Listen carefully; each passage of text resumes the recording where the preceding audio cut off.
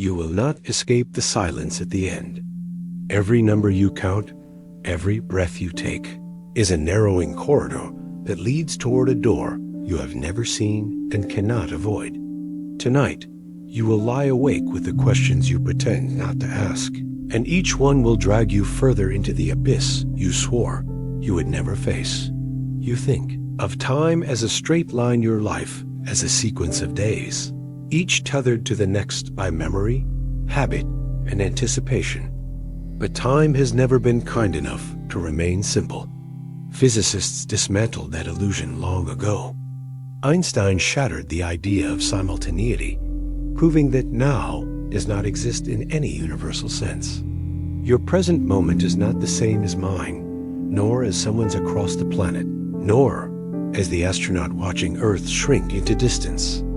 There is no common heartbeat of reality. There are only fractured clocks, each insisting upon its own truth. You live, therefore, inside a contradiction. Every instant feels absolute, yet the fabric beneath it disintegrates under scrutiny. This is the first cut in your sense of self. For who are you if the present cannot be defined? You trust memory, but memory is unreliable. You trust continuity, but continuity is fragile. The experiments of Elizabeth Loftus revealed that human memory can be rewritten with shocking ease. Witnesses to crimes were convinced of events that never happened, simply because a suggestion was planted. Entire autobiographies can be reshaped by questions asked in the right tone. Your life story, what you cling to as the anchor of identity, can be dismantled and rewritten, not by cosmic forces, but by the soft intrusion of another voice. Consider this. You only remember fragments. The rest is an illusion stitched together, a narrative manufactured in real time. Your brain is a confabulation machine, smoothing gaps, erasing contradictions, inventing continuity. Each morning when you wake, you believe yourself to be the same person who lay down to sleep. But continuity is an assumption, not a proof. Derek Parfit, the philosopher who spent his life dismantling identity, showed you could divide a mind, copy it, and split it across two bodies. Which one would be you? Both? Neither?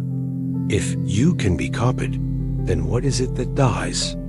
Your life seems finite because you tether it to a body, to skin and bone that rot. But what dies first, the body or the self? Neuroscientists have documented cases where half a brain is removed, yet the person continues, altered but intact. Does the lost half die? Did a partial person pass away in the surgical theater? The notion of you as indivisible collapses under the weight of biology. You are divisible, discontinuous, fragile. The illusion of time returns, sharper now. Augustine wrote of its paradox. The past does not exist except as memory, the future only as anticipation, and the present vanishes before you can name it. If all three modes of time slip away, then what is left? You search for a foothold, but there is none. Your entire existence is scaffolding balanced upon absences. You have mistaken absence for permanence, and still you cling to the notion of progress, a linear trajectory, an arrow pointing from birth toward death. But the arrow itself dissolves in physics. In thermodynamics, time is defined only by entropy, the increase of disorder. You do not move forward. You simply participate in a statistical unfolding toward greater chaos. Your heartbeat is an accident of improbability, a local reversal of decay. The universe does not care for your story of growth. It only tallies entropy, and entropy always wins. Now, ask yourself, when exactly will you die? You assume a moment your last breath, the fading of neurons into silence. But what if that instant cannot be located?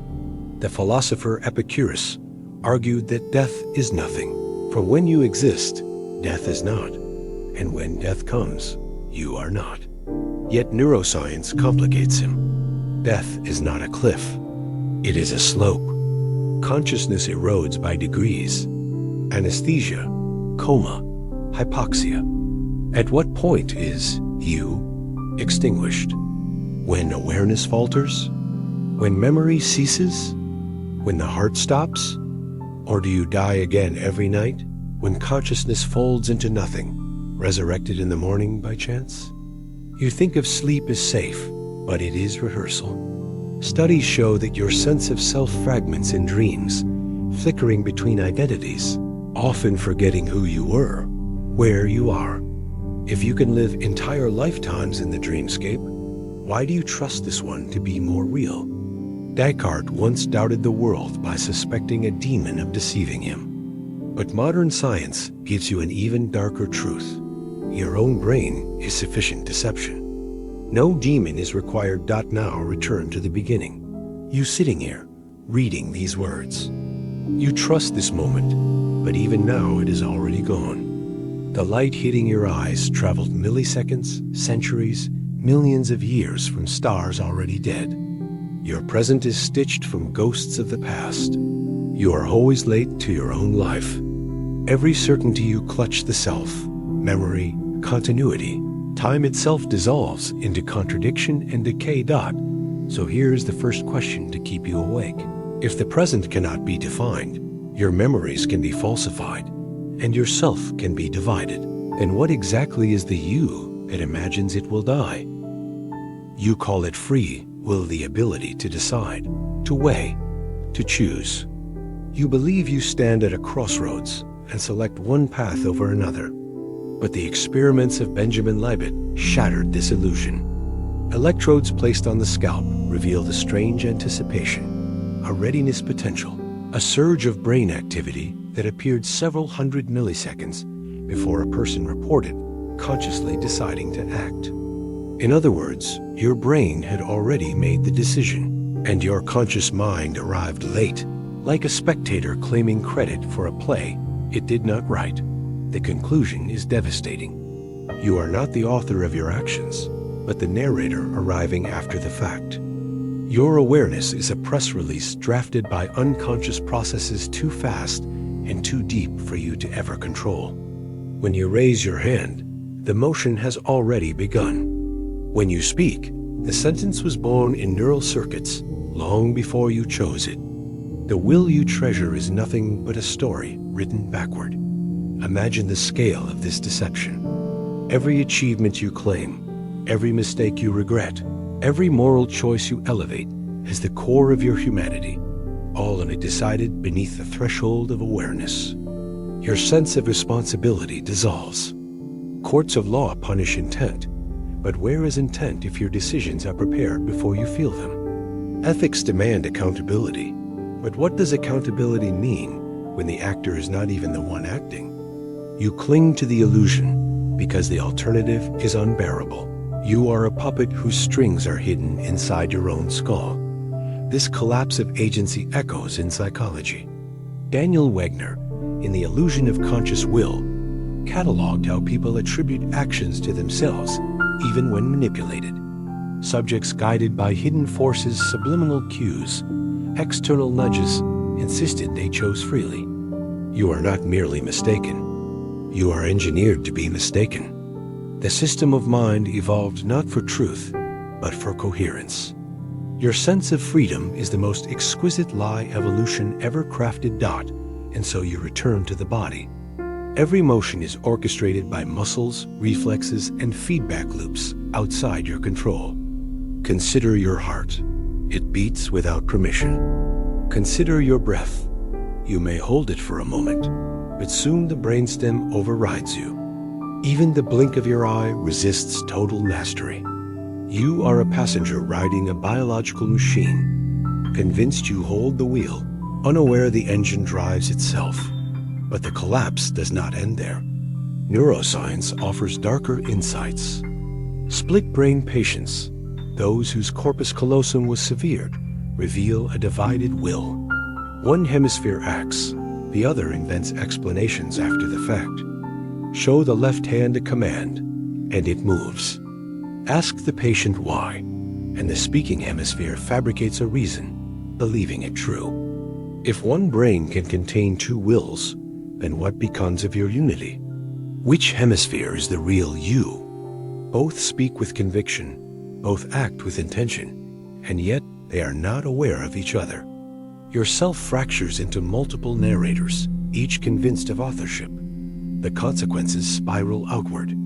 If free will is an illusion, then morality loses its foundation. Praise and blame crumble into artifacts of ignorance. You punish criminals as if they chose their crimes, but if they were merely executing neural scripts written before awareness, what have you punished but the machinery of biology? You praise genius as if it chose brilliance, but what have you rewarded but a predetermined firing of neurons? The line between saint and sinner is thinner than you dare admit. Both are puppets, but their strings were cut from different cloth, and still you resist. You cling to the experience of choice. You feel it as vividly as pain, as undeniable as hunger. But feeling is not proof. Optical illusions demonstrate this mercilessly. The Muller-Lyer lines, identical in length, still appear different. The checker shadow illusion insists one square is darker, though both are the same. If your eyes deceive you, why would your will not? You are trapped in an illusion designed to feel irresistible. Philosophers sensed this collapse long before science confirmed it. Spinoza declared that men believe themselves free because they are conscious of their actions, though ignorant of the causes.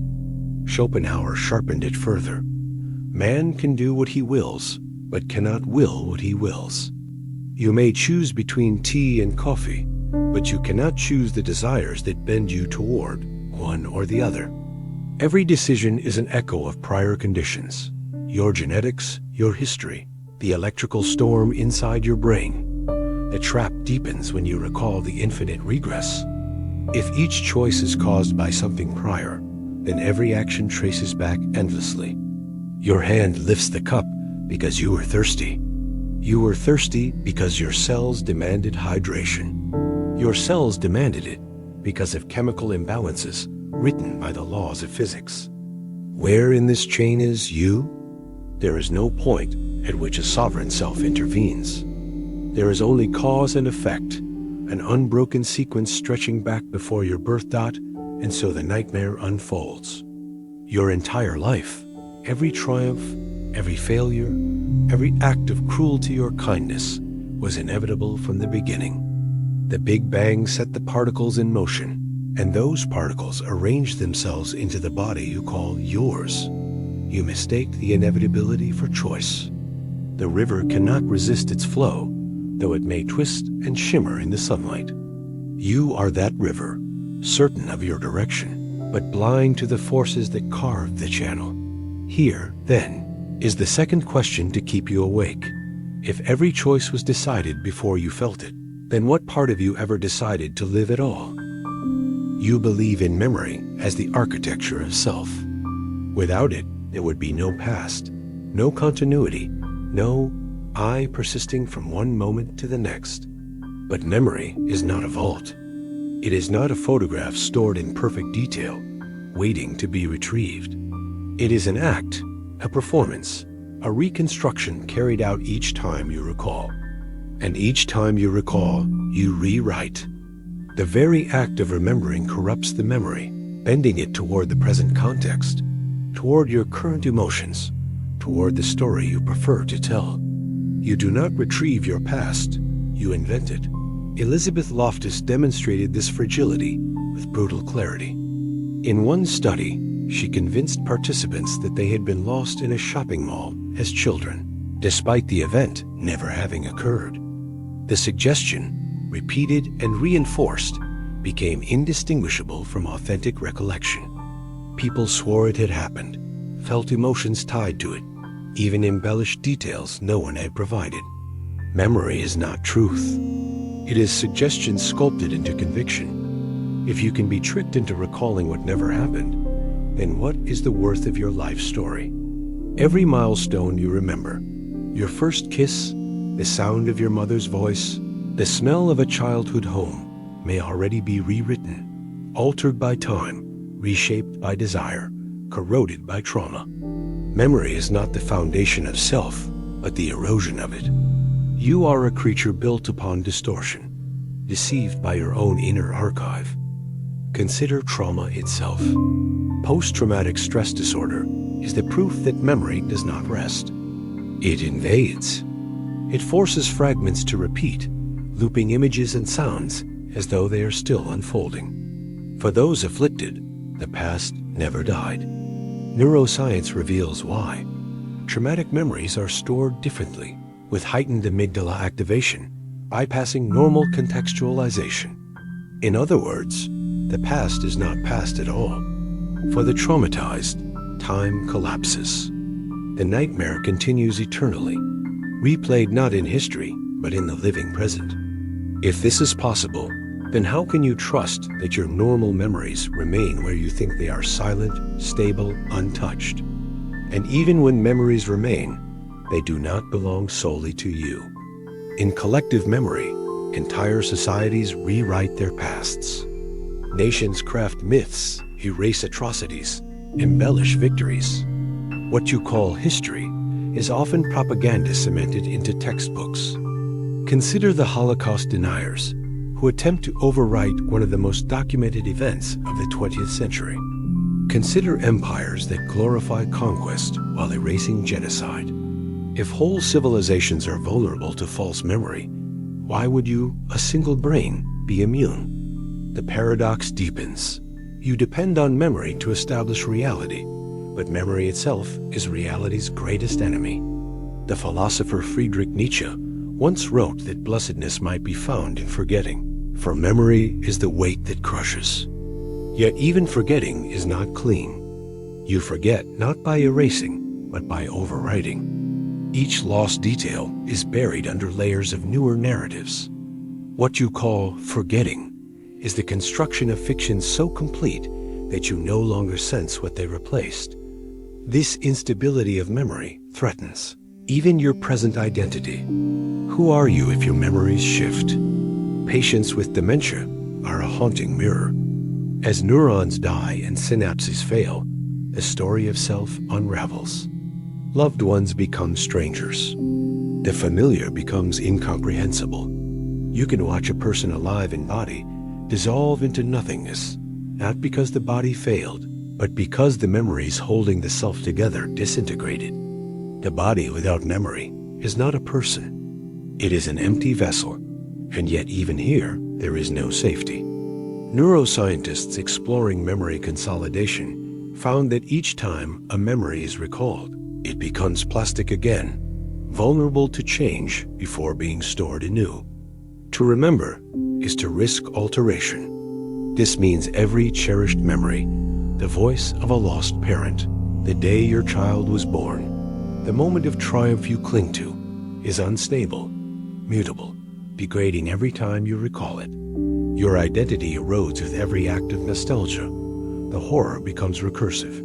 If memory defines you, but memory is false, then who exactly are you? If your memories can be falsified, stolen, or erased, then yourself is nothing but a shifting hallucination. And if you can never be certain of your past, how can you ever be certain of your present? Look back to yesterday. Do you remember the details? Or only fragments stitched into a story?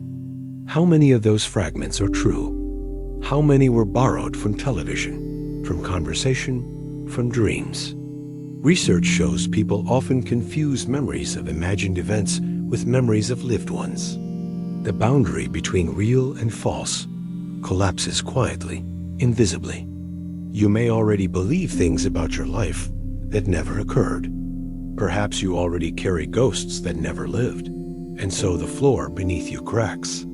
You think of yourself as a continuous being, but continuity is built on recollection. If recollection is false, then continuity is false. You are not a single person stretched across decades, but a series of disconnected selves, each riding over the last, each convinced it is the original. You are less a river flowing through time, and more palimpsest and ancient manuscript scraped clean and rewritten again and again until no original text remains. Now let the question gnaw at you. If every memory you hold is a lie reshaped by time, then who is it that you remember being? And who is it that remembers at all? You believe the body is your anchor. You wake each morning inside the same skin, guided by the same hands, peering through the same eyes. But the body you trust is not the body that was there yesterday. Every cell in your skin is replaced every few weeks. Every atom in your bones cycles through, borrowed from food, air, and water. Even the neurons you think are permanent are slowly rewired, their proteins degraded and renewed. The you of 10 years ago is gone, dismantled and rebuilt from raw material. And yet you insist you are continuous. This replacement is not trivial. Physically, you are a river of matter flowing through time, never the same from one moment to the next. Your identity feels solid, but your atoms betray you. The oxygen you inhale now once belonged to the lungs of ancient animals. The carbon in your muscles burned in the hearts of dead stars. You are not singular, not bounded. You are a temporary configuration of matter with no fixed edges, a ghost made of borrowed dust. But even as you try to find comfort in the rhythm of renewal, biology twists the knife. Your body is not unified. It is a colony. In your gut, trillions of microbes outnumber your human cells, controlling digestion, mood, even cognition. Studies show that altering gut bacteria alters behavior. Depression, anxiety, cravings all influenced not by you, but by microbial populations living symbiotically within you. The self you defend so ferociously is, in truth, an ecosystem, its borders porous, its sovereignty compromised. And if your body is a colony, then whose desires do you obey? Are you the human organism, or the microbial nation inside it, whispering chemical instructions into your bloodstream? Consider the Toxoplasma gondii parasite, which infects the brains of rodents and rewires them to lose their fear of cats, ensuring they are eaten so the parasite can reproduce. In humans, the parasite has been linked to changes in risk-taking, impulsivity, even schizophrenia. If your desires can be bent by a parasite, how can you claim them as your own? The betrayal deepens with the brain itself. Neurologists know of patients whose personalities transformed after strokes, tumors, or brain injuries. A man who is loving and gentle becomes violent after damage to the frontal lobe. A woman develops compulsions after a lesion in the basal ganglia. Where is choice in these transformations? Where is identity? The self is not immune to matter. It is enslaved to it. Your moral character is written in flesh, and flesh is fragile dot, and fragility is everywhere. The body decays not just in the far-off future of death, but in the daily erosion of age. Telomeres shorten, DNA mutates, proteins misfold. Neurodegenerative diseases strike at the core of identity. Alzheimer's, Huntington's, Parkinson's. With each tremor, each forgotten name, the body dismantles the self piece by piece. You imagine death as a singular event, but the truth is more cruel. Death is distributed, happening in fragments long before the final silence. Even in life, the body deceives. You believe your senses report the world faithfully, but perception is an interpretation, not a mirror. The Muller-Lyer illusion, the rubber hand experiment, the phantom limb syndrome all reveal that your body schema can be tricked, rewritten, extended beyond its borders. Amputees feel hands that no longer exist. Volunteers feel ownership of rubber limbs. Your sense of my body is not a fact, but a hallucination carefully maintained. This hallucination collapses under scrutiny. Neuroscience shows that your conscious sense of body position lags behind actual movement by fractions of a second. You believe you control the motion, but the motion is already complete before awareness arises. The same deception that governs free will govern embodiment. The brain hides the truth of its lateness by weaving a seamless story. You do not live in your body. You live in the story your brain tells about it thought, And when the story fractures, terror emerges. Out-of-body experiences, often reported in trauma or near-death states, reveal how fragile embodiment is. Patients describe floating above themselves, watching their body from afar. Neuroscientists can trigger such illusions artificially by stimulating the temporoparietal junction. Your sense of inhabiting your flesh is not absolute. It is conditional, manipulable. You could just as easily feel you exist elsewhere or nowhere at all. So the foundation collapses. Your body is not stable, not singular, not even fully yours. It is a shifting colony of matter, microbes and illusions, a temporary performance sustained by forces you neither control nor comprehend. You are not a master inside a machine. You are the machine's fleeting dream of itself. Now ask yourself, if your body is replaced, infected, deceived, and collapsing, what exactly is it that you think is dying when you die? You imagine words as tools, instruments to describe the world. You think language reflects reality, a bridge from thought to truth. But language is not transparent, it is a trap. Every word you use slices reality into categories that do not exist in nature. You say tree, but there are no trees, only individual organisms, each unique, each unrepeatable. You say person, but no two bodies are identical, no two minds are alike. Words erase difference, forcing infinity into boxes, reducing the incomprehensible into the speakable. The map is not the territory, yet you mistake the map for the world itself. Philosophers have known this for centuries. Ludwig Wittgenstein warned that the limits of your language are the limits of your world. If you cannot name it, you cannot think it. What you call self, love, death, infinity, these are not realities but linguistic prisons.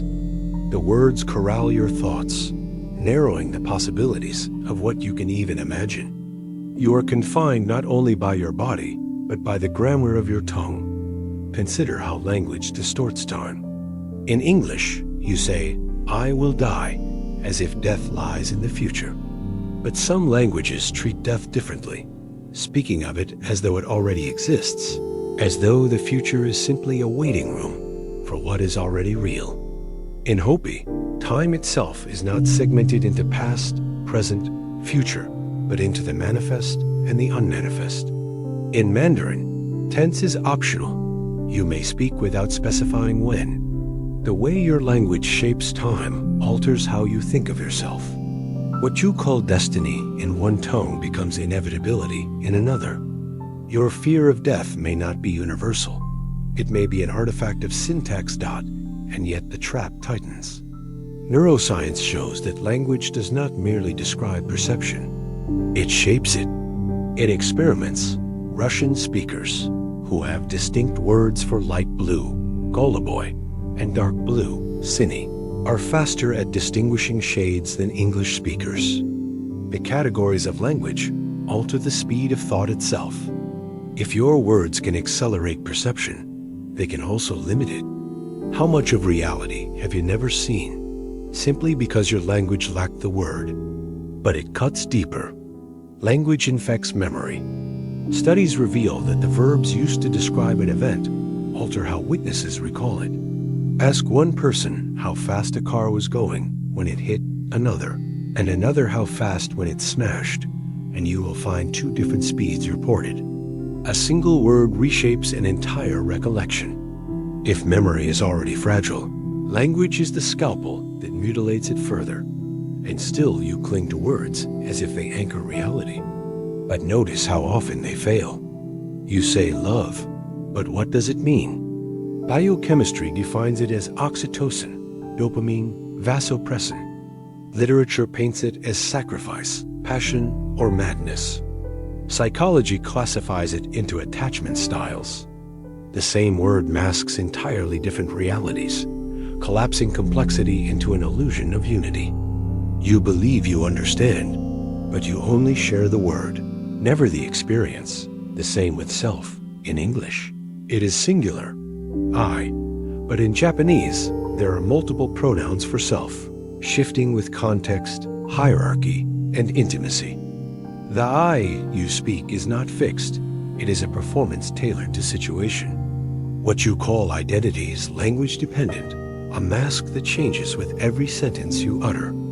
Without words, would you exist at all? Even silence betrays you. Try to think without words, and you find yourself drifting back into inner speech. The voice in your head is constant, relentless, narrating, judging, naming. Is it your voice, or the language inherited from parents, teachers, strangers long dead?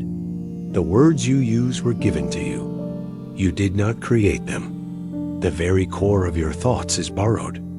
You are haunted by ghosts every time you think. Their voices embedded in the grammar you did not choose.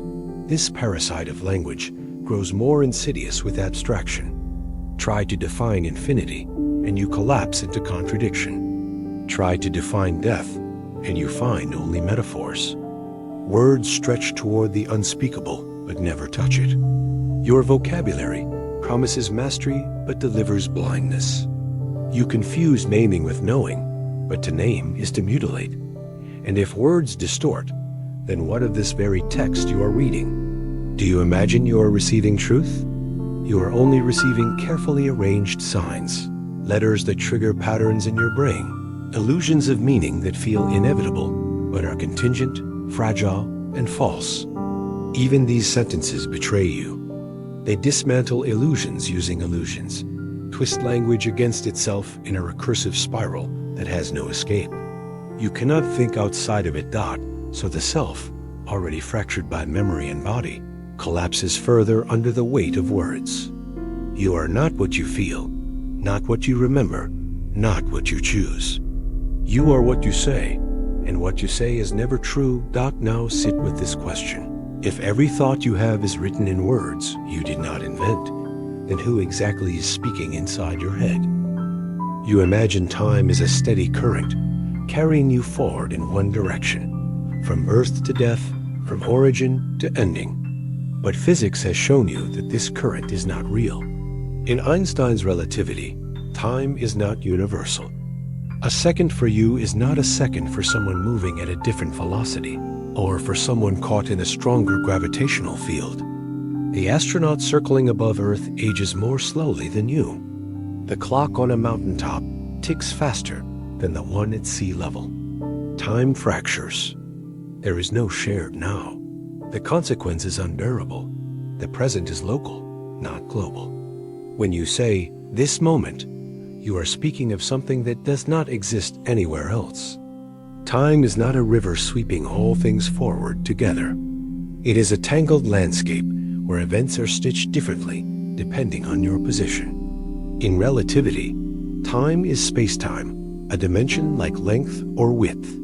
This means your past, present, and future already exist as coordinates. What you call flow is only the illusion of consciousness, crawling along a pre-written map. If time is space-time, then death is not a future event, it is already inscribed. Somewhere in the block universe, your last breath has already happened. Somewhere, your body is already cold, already buried, already erased. You do not march toward death. You exist in it, simultaneously with your birth, simultaneously with every moment you ever lived. Your life is not unfolding, it is already complete. The arrow you feel is not motion, but perception. You are trapped in a frozen eternity, forced to hallucinate motion. This obliterates choice more thoroughly than neuroscience ever could. If the block universe is true, then everything that will happen has already happened. The book is written. You are only reading it page by page. Your future cannot be changed because it already exists. The sensation of possibility, of branching paths, is a mirage. There are no branches, only one unbreakable structure. What you call hope is just blindness to the chapters ahead. But even if you accept this, another fracture appears. Quantum mechanics, the physics of the smallest scales, does not obey determinism so cleanly. At the quantum level, events unfold as probabilities, not certainties. A particle exists in superposition, many states at once, until observed. Does this restore freedom? Does uncertainty rescue you from fate? No, for uncertainty is not agency. Your life becomes not a story you choose, but a lottery you never purchased a ticket for.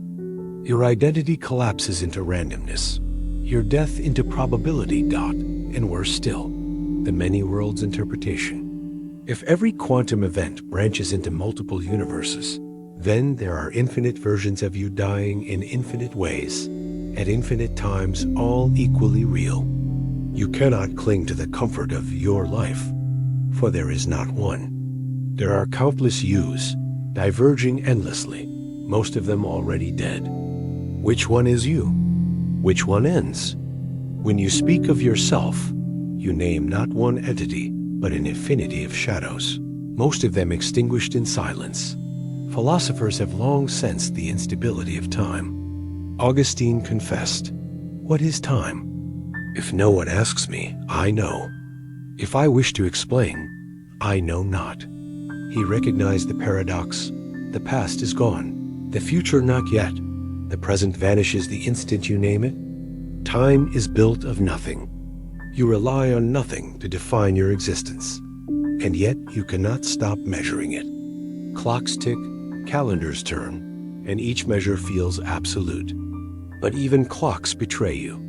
Atomic clocks lose synchronization depending on speed and gravity. Your heartbeat sets rhythms, but trauma or fear accelerates them. Subjective time warps under stress. A second can feel eternal in terror. An hour can vanish in joy. Time is not one thing, but many things, bending and breaking according to circumstance. You cannot grasp it because it is not stable. This instability poisons death itself. You think of death as a moment, the last instant of consciousness, the final second of heartbeat. But if time is relative, then the moment of death is not universal. For one observer, it comes at one time. For another, at another. Your death is not even singular. It is smeared across perspectives, fractured by relativity. And if the block universe is true, then your death is eternal, frozen, forever part of the structure. You are always dying somewhere. Now recall Zeno's paradox. To reach death, you must first travel halfway there, and halfway again, infinitely. The journey cannot be completed, yet you complete it. The paradox mocks you. Death is both unreachable and inevitable, both infinitely distant and inescapably near. You are already dead, yet never fully arrive. And so you circle the same abyss. Time cannot be trusted. Death cannot be placed. Identity cannot be fixed. The story you tell yourself of, a life unfolding, is not a story at all, but a hallucination stitched onto physics too cruel for you to face.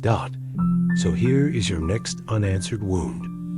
If time is an illusion, and your death already exists within it, then are you living it all, or only remembering what was never yours to change?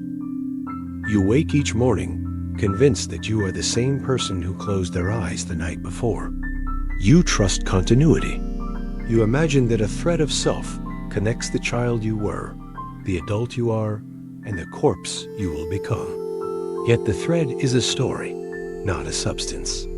Memory tricks you into believing you are one being stretched through time, when in fact you are only a series of moments briefly coherent, never the same. Philosophers have tried to find this self. Descartes claimed it in the act of thinking, cogito, ergo sum. But even this fails. Thoughts come and go, sometimes without your consent, sometimes against your will. They are clouds, not anchors. Hume dismantled the self entirely, declaring that he could never catch it, only a bundle of perceptions, flickering one after another. If you search within, you never find a core-only sensations, memories and desires, all shifting. The body offers no stability either. Every cell in your skin is replaced within weeks, your skeleton within years, your neurons reshaped constantly by plasticity. The you who reads these words is not the same matter as the you who once learned to read.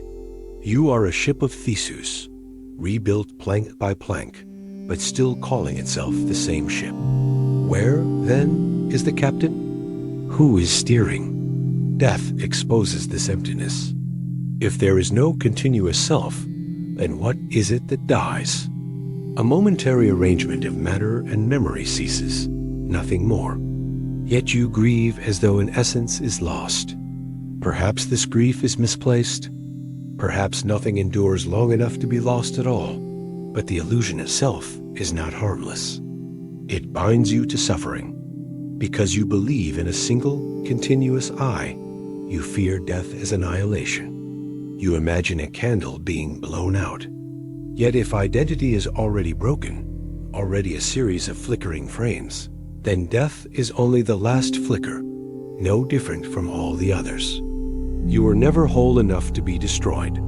Eastern philosophies recognized this long ago. In Buddhism, the doctrine of anatta teaches that there is no fixed self. The body is not the self, nor the mind, nor consciousness, nor memory. The self is only a process, a stream without a center. Death, then, is not a loss, but the dissolution of a mirage. You cannot lose what was never there. And yet, even if the self is hollow, your experience insists otherwise. You suffer hunger, pain, loneliness. You crave recognition, justice, survival. This contradiction cannot be escaped. You know the self is fragile, but you feel its weight. You are the prisoner of an illusion you cannot dismiss. Consider thought experiments that pry at this illusion. If your memories were copied into another body, would that person be you? If your brain were replaced cell by cell with perfect replicas, at what point would you cease to exist? If tomorrow you awoke with no memory, are you still the one who lived today? None of these questions resolve. They only reveal that you is not a stable object, but a fragile pattern. A pattern that, when interrupted, ceases. Death is simply interruption without return, and so identity collapses under its own weight. You cannot define who dies, only that dying happens. You cannot name the self that ends, only watch as experience unravels. You are a story without an author, a mask without a face. Here is your wound. If the self is an illusion, then whose death is it that you fear? You think of time as a river, past behind you, present beneath you, future rushing ahead. But the river is not real. The flow is an illusion carved by perception. Physics refuses to confirm the passage you feel so intimately. The equations work perfectly well without a flowing. Present time emerges not as a stream, but as a static landscape where all events already exist. Past, present, and future are not moving. They are fixed, eternal coordinates on a block universe you cannot escape. Einstein revealed this when he showed that simultaneity is relative. What you call now is not the same as what another, moving differently, calls now. There is no universal present, no divine clock ticking for all. This means your experience of time's flow is not truth, but perspective. The ticking seconds you cling to are a trick of consciousness, not a property of reality. You are not traveling through time. You are imprisoned inside it. Neuroscience deepens the wound. The brain does not register the world instantaneously. It gathers fragments, integrates them, and then presents you with a fabricated sense of continuity. You live always slightly behind, your consciousness delayed by milliseconds, convinced it is immediate. You do not live in the present. You live in a stitched reconstruction of what has already slipped away. Consider Augustine's question, what is time? He answered that when no one asks him, he knows. When asked, he does not. This confusion remains because time resists definition. Is it change? Is it duration? Or is it only memory, marking difference where there is no flow? You cannot touch time, only its scars.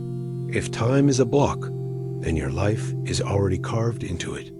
Every moment from your first breath to your final silence is fixed, immutable. The choice you think you are about to make has already been made, already exists, as unchangeable as the fact of your birth. You are not walking into the future. You are tracing a path that was always there. But what does that mean for death? If time is static, then your death is not a future event, but a coordinate already present in the structure of reality. You are already dead, just not from where you stand. From another vantage, the silence has already claimed you. This is not poetry, it is physics. The four-dimensional block contains all outcomes, and your end is as real as your beginning, and the paradox grows sharper. If all moments exist equally, then death does not erase you. Somewhere in the block, you are still alive, still reading, still fearing. But that you is not a continuity, only a frozen slice, a photograph trapped forever in the geometry of space-time. The illusion of flow tells you there is one self moving through these slices, but physics denies it. You are a collection of still frames mistaken for a film. History itself obeys this cruelty. Every atrocity, every scream, every loss remains forever etched into space-time. Nothing fades, nothing heals, nothing truly passes. The past does not vanish. It persists. Every death that has ever occurred still exists, eternally frozen, eternally unbearable. Your own will join them, crystallized in the block, unchanging, unreachable. You cannot escape time because you cannot even define it. The arrow you think points forward may not exist. Entropy, the second law of thermodynamics, seems to provide direction. Disorder increases, structures collapse, systems decay. Yet even entropy is reversible in the equations. The arrow is only statistical, not fundamental. In theory, time could run backward. In practice, you would never notice. Your perception would invert with it.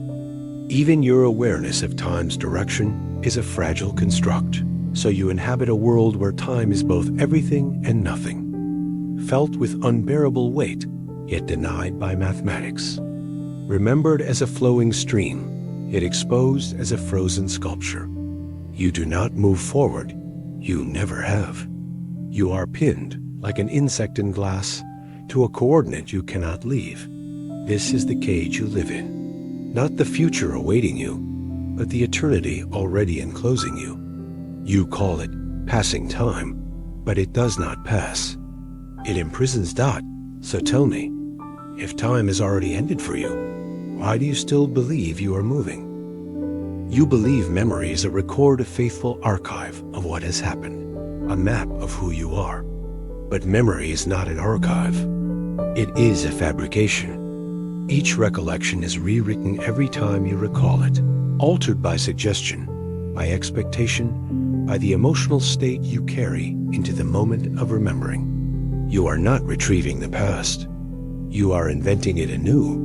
Psychologist Elizabeth Loftus demonstrated this with her experiments on false memories. She showed how easy it is to implant details of events that never occurred. A child can be convinced they were lost in a mall. A witness can swear they saw broken glass at a car crash where none existed. You trust your memory because it feels solid, yet it is no more trustworthy than a dream. And dreams themselves often blur with waking life. Think of those moments when you wake uncertain whether something really happened or was only imagined. That uncertainty never leaves you. It only hides. Memory, dream, imagination, suggestion, they are threads of the same fragile fabric. You stitch them into your past, but the seams shift, unravel, resew themselves. What then? Is your history but a constantly revised illusion? Neuroscience worsens the betrayal. Memory is not stored as a whole picture, but as scattered traces across neural networks. When you recall, the brain reconstructs, assembling fragments into a coherent narrative. The result feels authentic, but it is always approximate, always distorted. The stronger the emotion tied to the memory, the more unreliable it becomes. Trauma, you think, carves truth into the mind, but trauma distorts, fragments, and reshapes until what remains may bear no resemblance to what occurred. Consider history itself. Nations, like individuals, build identities on memory. Collective memory is curated, edited, mythologized. Wars are justified, atrocities minimized, victories celebrated. The past you were taught is not the past. It is a selective reconstruction, serving those in power. Just as your personal memory deceives you into believing in a coherent self, collective memory deceives you into believing in a coherent history. But if memory is unreliable, then who are you? Your sense of self is built from the narrative of your past. Without memory, you dissolve. Amnesiacs do not merely lose information, they lose identity. They cannot say who they are, because who depends entirely on recollection. And if your memories are fabrications, then your self is too. The horror is this: your most intimate convictions, the events that shaped you, the lessons that defined you, the loves and losses you think are sacred, are not fixed truths, but mutable fictions. What you are is a story constantly rewritten without your consent, and this mutability erases the comfort you seek in death. You tell yourself you will be remembered, that your life will leave an imprint in the minds of others. But their memories are as fragile, as malleable, as false as your own. You will be remembered not as you were, but as a distortion. And then, eventually, not remembered at all, not what remains when both your memory and the world's memory are illusions. Nothing permanent, nothing reliable. Only stories about stories, fading into silence. And so you must confront this. If memory is a lie you tell yourself, then what proof do you have that you ever truly lived at all? You imagine consciousness as a steady flame, a continuous stream of awareness flowing through every waking moment. But research suggests otherwise. Consciousness is not seamless. It is fragmented, intermittent, discontinuous. You experience gaps, flickers, blanks you cannot perceive. Yet your mind stitches them together into the illusion of continuity. Neuroscience exposes these cracks. Consider saccadic masking. Every time your eyes move rapidly from one point to another, your brain suppresses vision for a fraction of a second. You are blind for nearly a tenth of your waking life, but you never notice.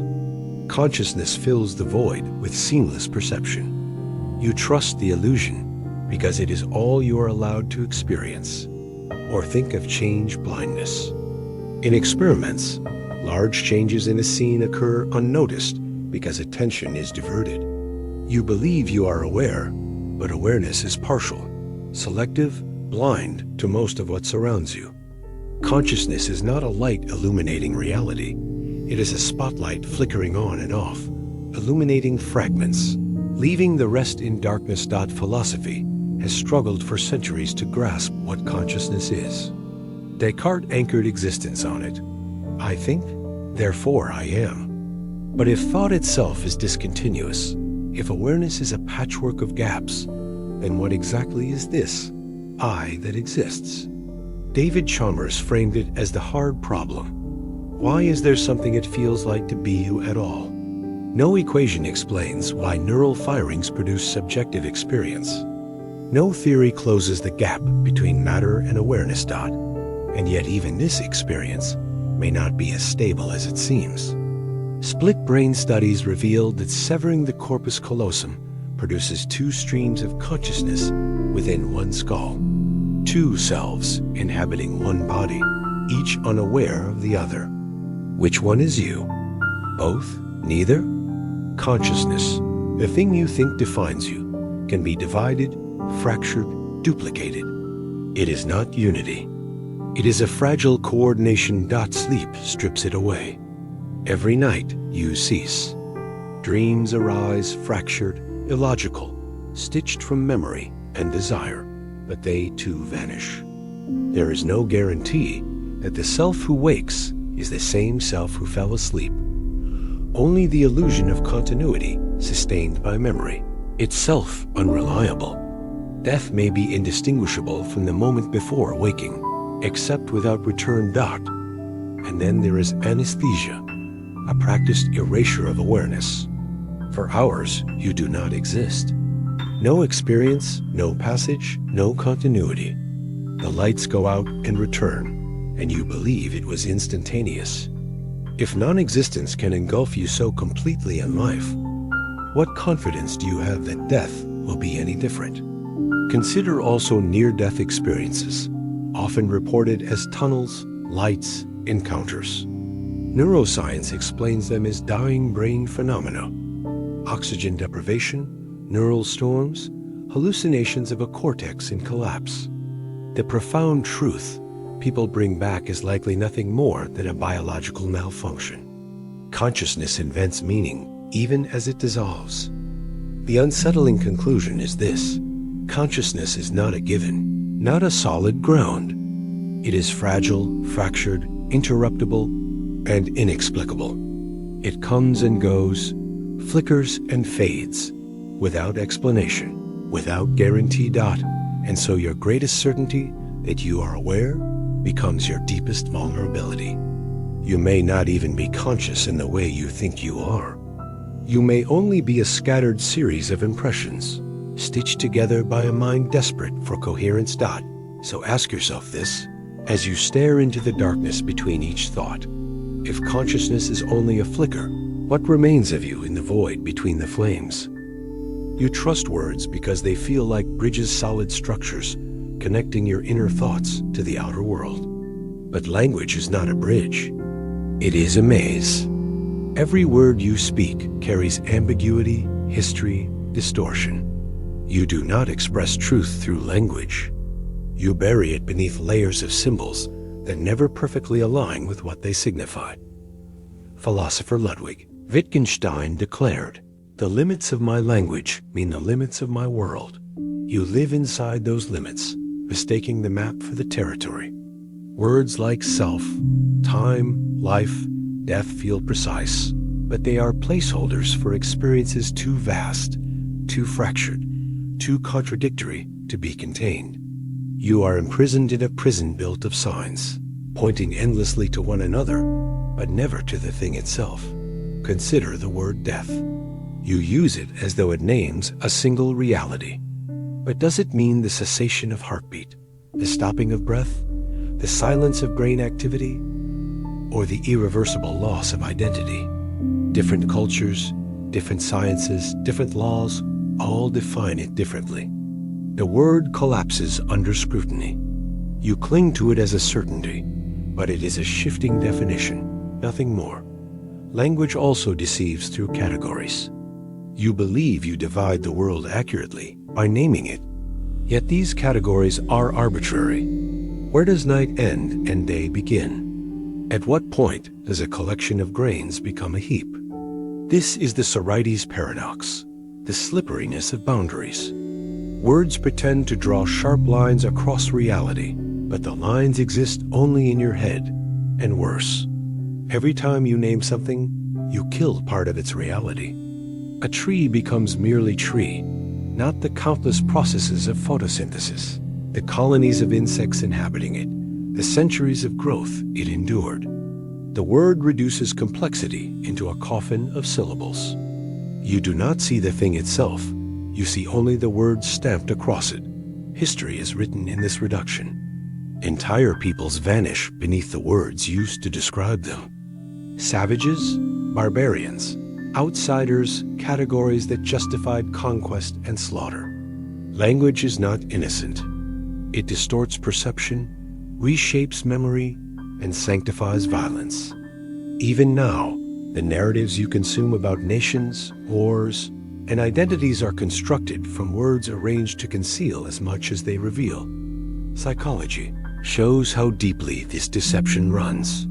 Framing effects demonstrate that changing the wording of a question alters decisions.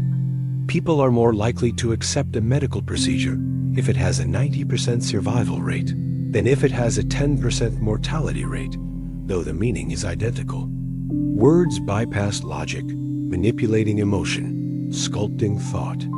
What you believe you choose rationally is guided by verbal shadows. And beneath language lies silence. Mystics, philosophers, even scientists eventually confront the unspeakable, the point where words collapse. Heidegger called it the nothing that language cannot touch. In quantum mechanics, particles behave in ways that language cannot describe without contradiction. Wave and particle, here and there. We can only gesture, not capture. Words fracture in the face of reality. So what happens to your identity, your memories, your consciousness, if they are built upon words? You narrate yourself in language. I was born, I lived, I suffered, I loved, I will die. But if language deceives, then this story is a deception too. You do not know who you are. You only know the words you repeat to yourself. Death, then, is not only the end of life, it is the end of narration. Silence, the collapse of the very symbols you use to mask the void. And perhaps that is the final cruelty. You cannot even speak death truthfully. You can only circle it with inadequate syllables until your voice falters. You are trapped. Then, in a paradox, words are your only tools, yet words are lies. You cannot think outside them, yet within them, you are deceived. Every question you ask about death and infinity, every attempt to answer, is a distortion disguised as clarity. So I leave you with this question, one you cannot answer without falling into the very trap it describes. If language can never touch reality, what makes you believe the word you means anything at all?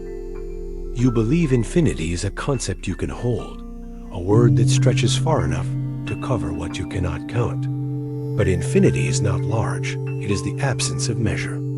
It is not a number you approach, but a chasm that swallows every attempt to contain it.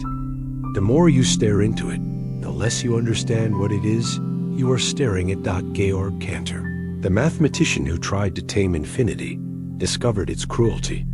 He showed that there are different sizes of infinity.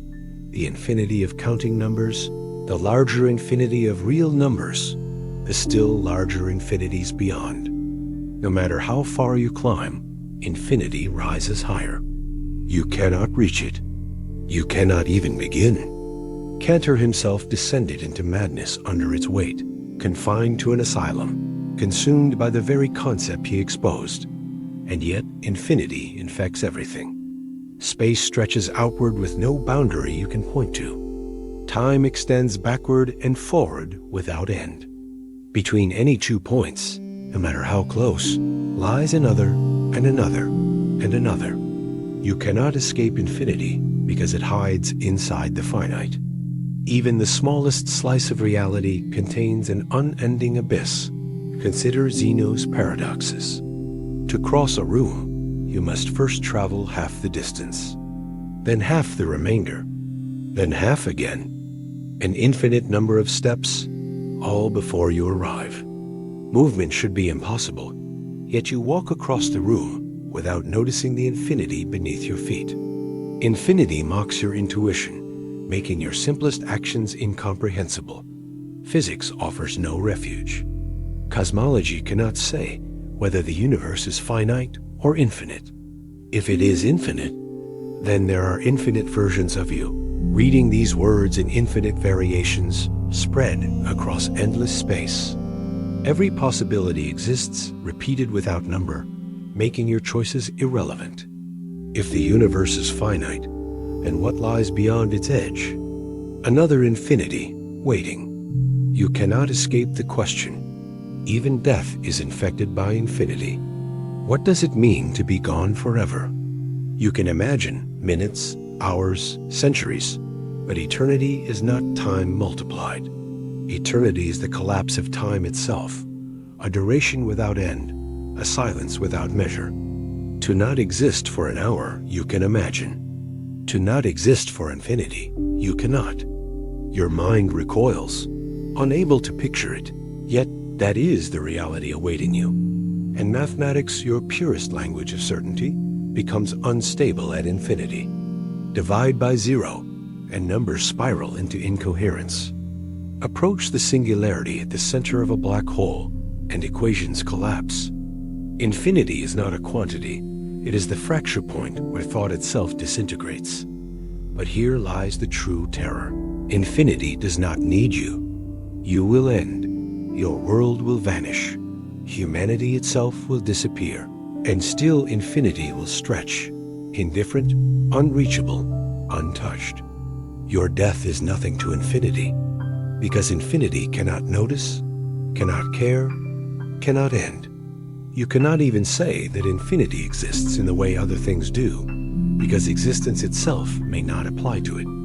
Infinity is beyond being dot, and so your comprehension shatters. Infinity is not a comfort of endlessness, but a void that mocks every attempt at meaning. It is not vastness, but negation. Tell me then, if infinity cannot be grasped, why do you believe your finite life was ever real enough to matter within it? You rely on your senses as though they are windows to the world. You see, you hear, you touch, and you trust these inputs to anchor you in reality. But perception is not reality. Perception is construction, an edited hallucination your brain feeds you, stitched from incomplete fragments, guesswork, and neural shortcuts. Consider vision. You think you see a continuous field of detail, but your eyes only capture clarity at the center.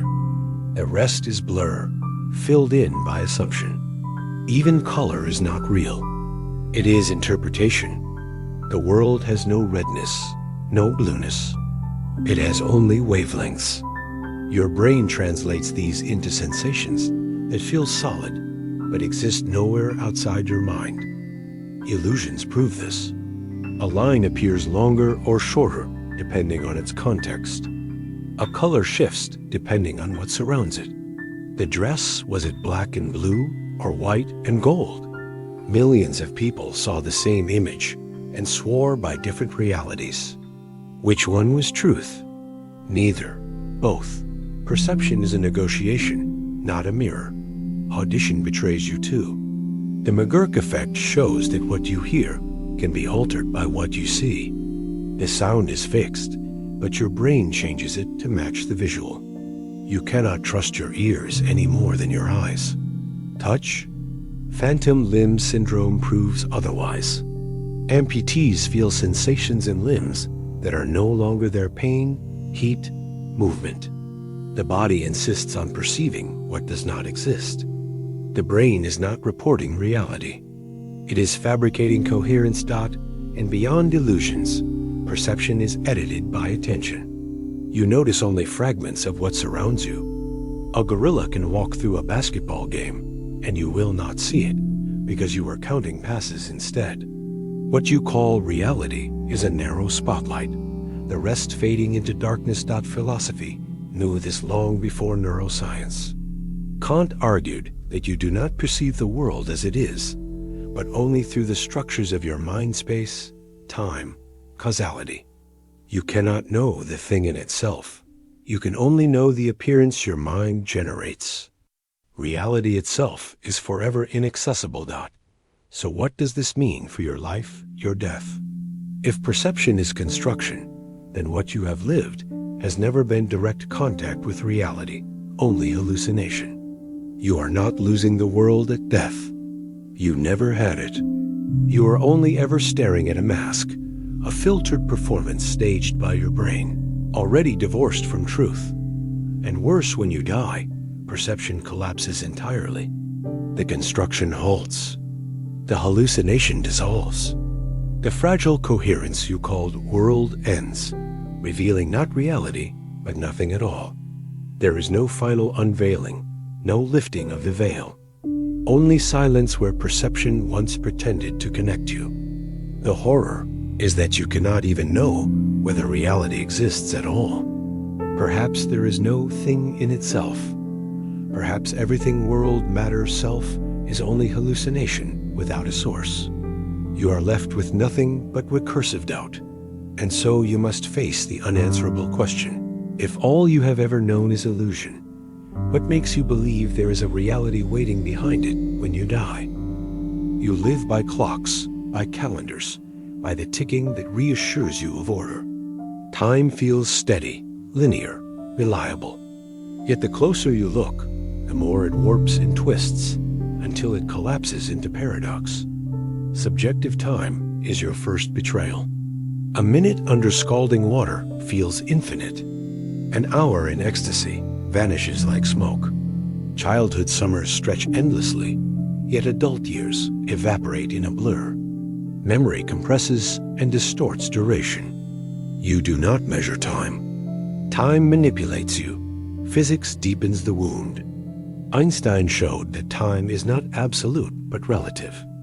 A clock on a fast-moving ship runs slower than one on Earth.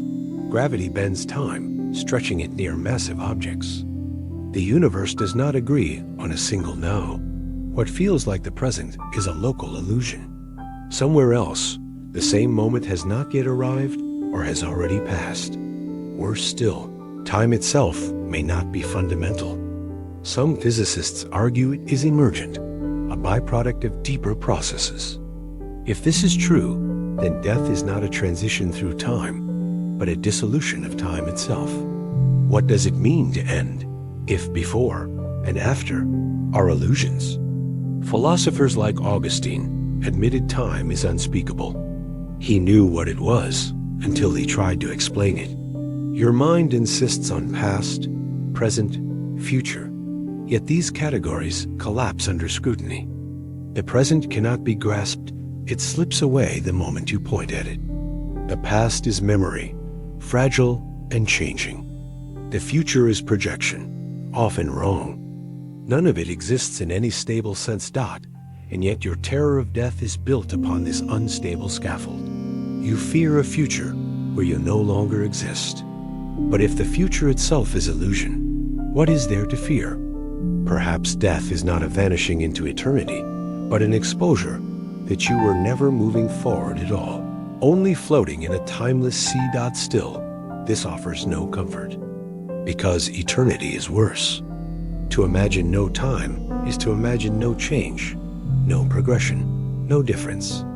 You are trapped in an eternal stillness that neither hurts nor soothes. It simply annihilates the possibility of meaning. Life derives meaning from sequence. First this, then that, growth, decline, birth, death. Without sequence, without time, the very notion of a story dissolves. You are not just dead, you are narrative-less. Here the paradox cuts deepest. If death delivers you into eternity, then eternity is not bliss, but void. And if time continues without you, then you are erased from its fabric, left behind as if you never mattered. Either way, your relation to time ends in negation. Your pulse, your breath, your steps, all were rhythm. Rhythm is pattern in time. Death is not merely silence, it is the destruction of the possibility of rhythm. A drum that no longer beats is not silent music. It is no music at all, not. So ask yourself, what terrifies you more? The endless stretch of eternity without you, or the possibility that time itself never was, and you are clinging to a shadow? You cling to memory as proof that you exist. You point to your past, your childhood room, your first kiss, the voice of your mother, as if these fragments validate your continuity. But memory is not the faithful archive you imagine. It is distortion, reconstruction, invention. The psychologist Elizabeth Loftus demonstrated this with brutal clarity. In her experiments, subjects could be convinced they had seen things that never happened, or even lived experiences they never had. A simple suggestion was enough to implant false memories, so vivid they felt indistinguishable from truth. If your recollections can be fabricated so easily, then what is the difference between remembering and imagining? Neuroscience confirms the betrayal. Each time you recall an event, your brain rewires it, subtly altering details, eroding precision. Memory is not retrieval, but rewriting. You are not remembering what happened. You are remembering the last time you remembered it. With every act of recall, your past mutates further from what really was, if such a thing can even be said to exist. Think of this: the childhood moments you treasure most, the fragile faces of those you love, the mistakes you regret. Each one is a lie sculpted by the act of trying to hold on. What you are grieving is not the past itself, but the slow disintegration of its traces. You are haunted not by loss, but by falsity. Philosophers like Henry Bergson distinguished between two kinds of memory: mechanical habit and pure recollection. Habit memory is action. How to walk, tie your shoes, speak your language. Pure recollection is the image of a moment, the ghost of lived time. But even this pure memory, Bergson warned, is not intact. It is filtered, altered, reduced to what your present self can endure. The self that remembers is never the self that experienced. The horror intensifies when you realize your sense of self rests almost entirely on this unstable foundation. Who are you, if not the accumulation of your remembered past? If memory lies, then identity lies. You are a character invented by the shifting stories you tell yourself. Trauma deepens the fracture. Survivors of war, abuse, or disaster often carry memories they cannot distinguish from nightmare. Flashbacks intrude as if time has folded, as if the event is happening again. In such moments, the very structure of memory past versus present collapses. You no longer live in time. You are trapped in an endless loop, but even ordinary memory betrays you. The smile of a dead friend, did it really curve that way? The house you grew up in, were the walls that color? Or has your mind repainted them? These details dissolve like mist. You reconstruct them, believing in their solidity, but each reconstruction erases the original further. Eventually nothing is left but your illusion that there was ever something to recall. The ship of Theseus asks, if each plank of a ship is replaced, is it still the same ship? Apply this to yourself. Each memory you hold has been rewritten, reassembled, reinterpreted. If the planks of your memory are false, what remains of you? A body without history, a name attached to a hollow archive dot, and then comes death, the final erasure. Whatever fragile fictions your mind has built will vanish completely. The faces, the voices, the moments you keep alive through fragile repetition will evaporate in silence. No one will correct the distortions. No one will remember the lies you mistook for truth. Memory dies not only in you, but in everyone who ever knew you. Entire genealogies collapse when the last mouth closes, when the last memory fragment dissolves. If death is the extinction of memory, then what were you ever, except a series of false recordings? You already live inside a fading, corrupted file. Death does not end truth. It ends the illusion that truth was ever accessible.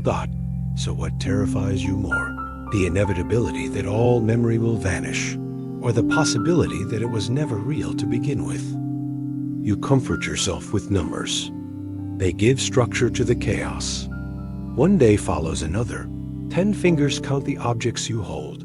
Centuries are tallied by calendars carved in stone. Numbers seem eternal, universal, unchanging. Yet when you chase them far enough, they collapse into madness. Infinity is the first fracture. You believe infinity means a very large number, but it is not. It is the absence of limit, a horizon that cannot be reached because it is not a point, but an endless direction. Georg Cantor showed that there are multiple infinities, some larger than others, each one dwarfing the last. The infinity of the natural numbers is smaller than the infinity of real numbers, which is smaller still than the infinity of all possible subsets of reals. This ladder climbs forever, an infinite hierarchy of infinities. You cannot even finish imagining the beginning of it, but infinity also undermines existence itself. Zeno's paradoxes reveal that to cross a room, you must first cross half the distance, then half of the remainder, and so on infinitely. How do you move through infinite steps in finite time? You move every day, yet logic insists you cannot. Reality and reason betray one another. Cosmology drags you deeper. If the universe is infinite, then every possible arrangement of matter must occur somewhere. Another Earth, another version of you reading these words, another death repeating endlessly across infinite skies. If so, your uniqueness evaporates. You are not one being, you are an endlessly recurring pattern, already dead and alive in countless variations. Infinity erases identity by repetition. Even mathematics admits collapse. The Hilbert Hotel. Thought experiment imagines a hotel with infinite rooms, all occupied. A new guest arrives, yet the hotel still accommodates them by shifting each occupant one room further. Infinity is always full, yet never full. It violates the categories of full and empty, possible and impossible. If reality itself is infinite, then your categories beginning, ending, having, losing cease to make sense. And death, viewed through infinity, becomes incomprehensible. If life is finite, then death is the infinite beyond it, stretching without horizon. If life is one point in infinite time, then your existence is negligible, mathematically indistinguishable from nothing. You lived for 70 years or 90, or even 1,000. Against infinity, it makes no difference. A drop in an ocean is still a drop. Against infinity, a drop is not even measurable. Some philosophers have tried to find solace in infinity. Blaise Pascal warned that humans are suspended between two infinities, the infinitely small and the infinitely large. You cannot conceive either. The microscope reveals endless particles within particles. The telescope reveals endless galaxies beyond galaxies. You are trapped between abysses you cannot comprehend. Does this suspension grant dignity, or does it prove your insignificance? In physics, infinity often signals the breaking point of theory. When equations spit out infinities, it means understanding has failed. A black hole contains a singularity where density and curvature become infinite and physics collapses. Your own death may be a singularity, a point where every framework memory, self, time, matter reaches a limit and disintegrates. You cannot describe what lies beyond because your very language cannot cross it. But here is the darker thought. Infinity is not only out there, it lives inside your perception. Every second you divide into smaller and smaller fragments, never reaching an indivisible point. Your mind insists on boundaries, but your logic insists there are none. Every breath, every heartbeat, every thought is an unresolvable paradox of the finite experiencing the infinite. If infinity renders everything negligible, then what is the meaning of your death? If you are erased against the infinite, were you ever present at all? You believe words are reliable. You believe that if you name a thing death, self, infinity, you have captured it, or at least gestured toward its essence. But language is not a vessel of truth. It is a trap, a mirror reflecting itself. Philosophers have known this for centuries. Ludwig Wittgenstein wrote that the limits of my language mean the limits of my world. If you cannot express a thought in words, it might as well not exist. Yet language is arbitrary, constructed from sounds that evolved chaotically across tribes and centuries. Does reality change because your culture lacks a word for it? Or does your mind collapse into silence where words cannot go? Consider the liar paradox. This sentence is false. If it is true, then it is false. If it is false, then it is true. Language devours itself, a serpent eating its own tail. Every attempt to stabilize meaning ends in recursion. You trust words, yet they betray logic. Even simple concepts unravel. What is now? You say the word, and it is already gone. What is self? You use it, but neuroscientists dismantle it into firing neurons, while philosophers dissolve it into processes. The word lingers, but its referent vanishes under scrutiny. Language becomes a mask for the void. Jacques Derrida showed that meaning is always deferred. Every word points to another word, never to a stable anchor. You chase definitions endlessly. Life defined by death, death defined by absence, absence defined by negation. Where is the ground? There is none. Your language is a web suspended over nothing, and yet your entire reality depends on it. Memory is narrated. History is written. Science is expressed in equations and symbols. If language collapses, everything collapses. Without words, you cannot even frame the question of who you are. Look at history's fractures. Babel, myth or not, describes humanity's languages scattering, breaking mutual comprehension. Across cultures, words for soul or self differ so profoundly that translation itself alters the concept. The Japanese ma, a space between things, has no equivalent in English. The German unheimlich, the uncanny, resists reduction. Language creates worlds that cannot be crossed. If your understanding of death is bound by your words, then what is death in a language that lacks the word for it? Silence appears as the only refuge. But silence, too, is not safe. Silence is not absence of language. It is language withheld, pregnant with meaning. You read silence as refusal, as terror, as reverence. Even silence betrays you by suggesting what cannot be spoken. And when you die, your language dies with you. Every word you spoke, every private definition you carried, vanishes. Dictionaries survive, but your use of them does not. The private meanings, the tone you gave, the memories you attached are annihilated. Communication collapses. You may have shouted your life into the world, but death translates it into absolute silence. If you cannot speak truth, if language forever circles itself, then what are you left with at the edge of death? Only the unutterable, the unspeakable void. So tell me, when your last word leaves your mouth, will it mean anything? Or will it be swallowed by the same abyss that devoured all the words before it? You assume there is a you observing all of this, a steady core, an unbroken witness that remains while thoughts, sensations, and years pass by. But consciousness is not stable. It is fragmented, discontinuous, unreliable. The very idea that you are one coherent self may be the greatest illusion of all. Psychology exposes the cracks first. Split brain patients, those whose corpus callosum has been severed, reveal two independent streams of awareness in the same skull. One hand buttons the shirt, while the other unbuttons it. One hemisphere names an object, the other denies having seen it. Where, then, is the singular I? Which side is you?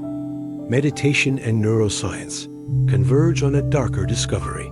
The self vanishes when closely observed. Experienced meditators report that thoughts arise without an owner. Sensations occur without a perceiver. Actions flow without agency. The self that claims them is only a story retroactively imposed. Your brain stitches narrative threads over scattered events, pretending coherence.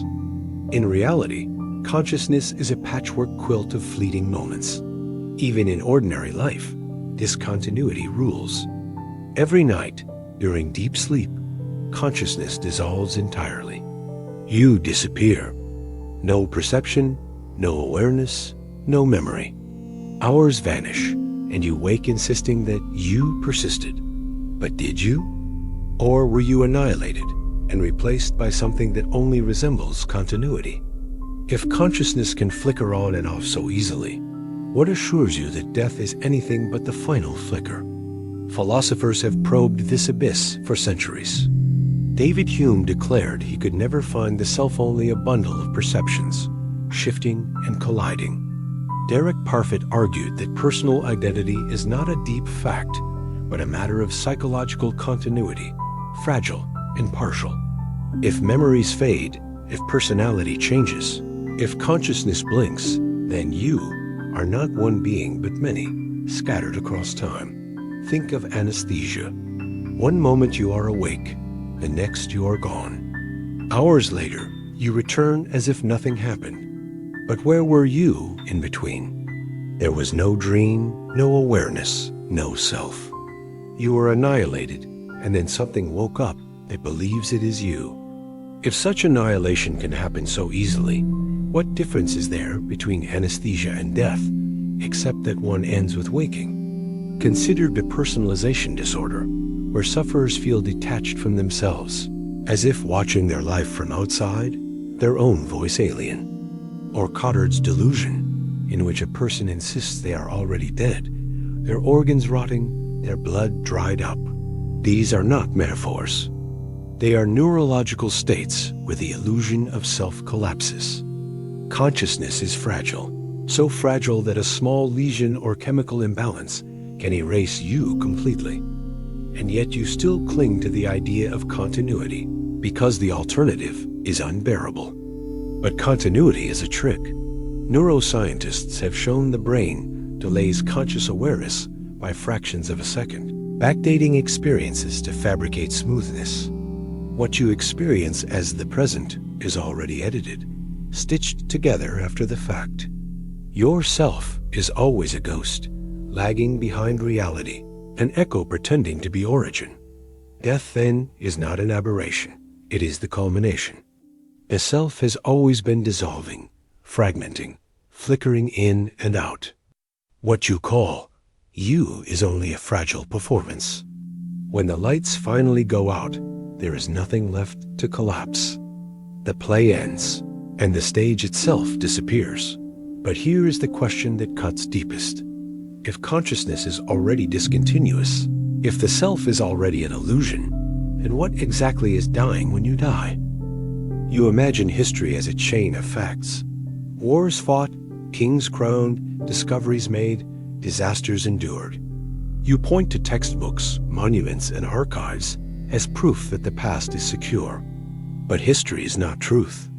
It is selection, distortion, invention written by those with power, erased by those who win. Consider the burning of the Library of Alexandria, where countless scrolls vanished. Was it Julius Caesar's soldiers, or later decrees, or centuries of neglect? No one knows. What was lost there? Entire philosophies, sciences, narratives erased before they could ever reach you. Your understanding of humanity's past is not a record.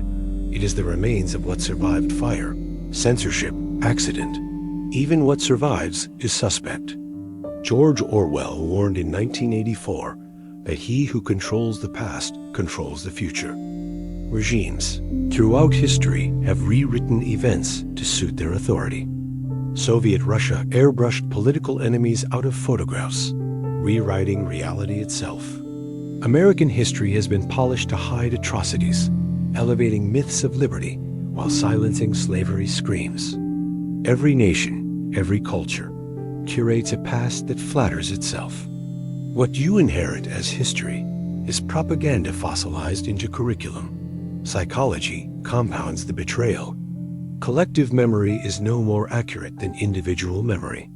Nations remember victories, not defeats. Triumphs, not humiliations. Ask two countries about the same war, and you will receive two incompatible narratives. Which one is true? Perhaps neither. Or worse, perhaps both, twisted by perspective until truth itself is untraceable. Philosophers like Nietzsche argued that history is not neutral knowledge, but burden. He warned against monumental history, where the past is worshipped, and antiquarian history, where it is preserved uncritically. Both, he said, suffocate life in the present. Yet even Nietzsche relied on fragments, interpretations, biases. There is no escape. Even science's history falters. We imagine progress, from ignorance to enlightenment, superstition to knowledge. But what of lost technologies, ancient ruins whose functions remain unknown? The Antikythera mechanism, an ancient Greek device, reveals sophistication centuries before it should have existed. What else has been forgotten? buried, denied. The story of progress may itself be a comforting lie, concealing cycles of knowledge gained and lost. And what of you, your own history? Memory fails, documents lie, photographs can be altered. Your biography is a curated narrative stitched from fragments. You omit shameful episodes, exaggerate triumphs, reinterpret mistakes. Your personal history is no less fabricated than the history of empires. If both individual and collective pasts are constructed fictions, then what foundation is left? Here is the collapse. If history is unreliable, then your identity, which depends on history, is unreliable too. You are not only uncertain of who you are uncertain of what has ever been. Death becomes doubly devastating, not only because it ends you, but because it erases whatever fragile narrative you thought you belonged to. When no history is secure, no death can be contextualized, no life memorialized, not the chilling question remains. If all history is distortion, then how do you know you ever lived at all? You walk through the world believing yourself separate. You are you, and everything else is not you. Your skin, your name, your thoughts, your past, these are the walls of identity. But the more closely you examine these walls, the more porous, unstable, and illusory they become. Start with the body. Your cells replace themselves constantly.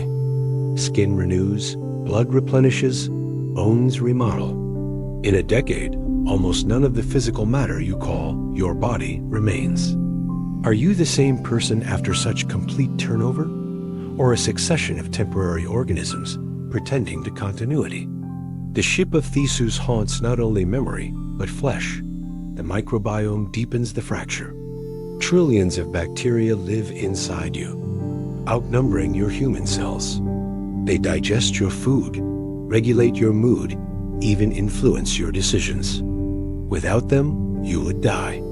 Who is you? Then the human cells, or the bacterial colonies. You are not an individual, but an ecosystem. Your body is not yours alone. Neuroscience goes further.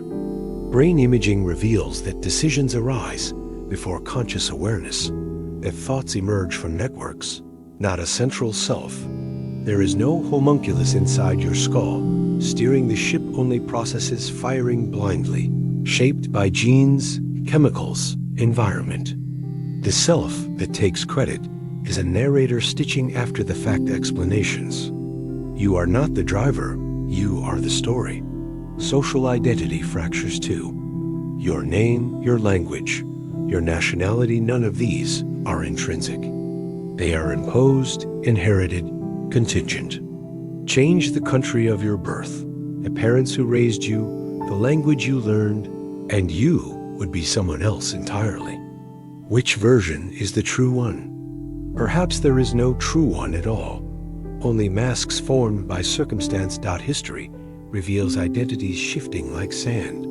Once, people defined themselves by tribe, then by religion, then by nation, now by career, by gender, by digital persona. The very categories of identity evolve. What you cling to as essential is only temporary fashion, soon to be discarded. In another era, you would not even recognize yourself. And death erases identity completely. Your name vanishes from memory. Your body decays into soil. Your microbiome disperses into other organisms. Even if your DNA persists, it is no longer you, but raw material for others. Identity, so carefully maintained, dissolves into anonymity. The self you defended was always a fragile fiction, destined for disintegration. Philosophy exposes the horror further. Buddhism teaches anatta, no self. What you call you is a bundle of processes without essence. Western thought, too, fractures identity. Locke tied it to memory, but memory is unreliable. Parfit tied it to continuity, but continuity flickers. At every turn, the concept of identity collapses into contradiction, and yet you live as if you are solid. You love, you fear, you plan, all under the assumption that there is a permanent you to carry these experiences. But permanence is a dream. You are a process already unraveling, an illusion already in decay. So ask yourself, if there is no stable self, then who is the one that dies? Each night, you surrender to a world where logic disintegrates. You accept impossible events without question. Dead relatives speaking, gravity reversing, identities shifting mid-scene. In dreams, you do not notice the absurdity until you wake. Then you dismiss it, only a dream. But what if waking life is no different, an internally consistent illusion that collapses only when death wakes you from it? Neuroscience insists dreams are neurological noise, the cortex weaving stories to make sense of random firing. But this reduction offers no comfort. If your brain can generate entire realities, while you sleep vivid landscapes, emotional intensity, coherent narratives, then how do you know this waking life is not another fabrication? Dreams prove that experience itself is not evidence of reality. Consider lucid dreaming, where awareness emerges inside the dream. Dreamers can manipulate their surroundings, bend the rules of physics, fly, conjure. To them, it feels as real as waking life. If awareness can exist fully within a fabrication, how can you ever trust the authenticity of the awareness you feel now? Philosophers have long feared this fracture. Descartes wondered if a malicious demon deceives your senses, making you believe in a world that does not exist. Today, simulation theory resurrects the same dread. If future civilizations can generate vast, detailed simulations, then statistically, you are more likely inside one than outside. What difference is there between a demon's illusion, a computer simulation, and the dream you woke from this morning? Each reduces reality to deception. History compounds the unease.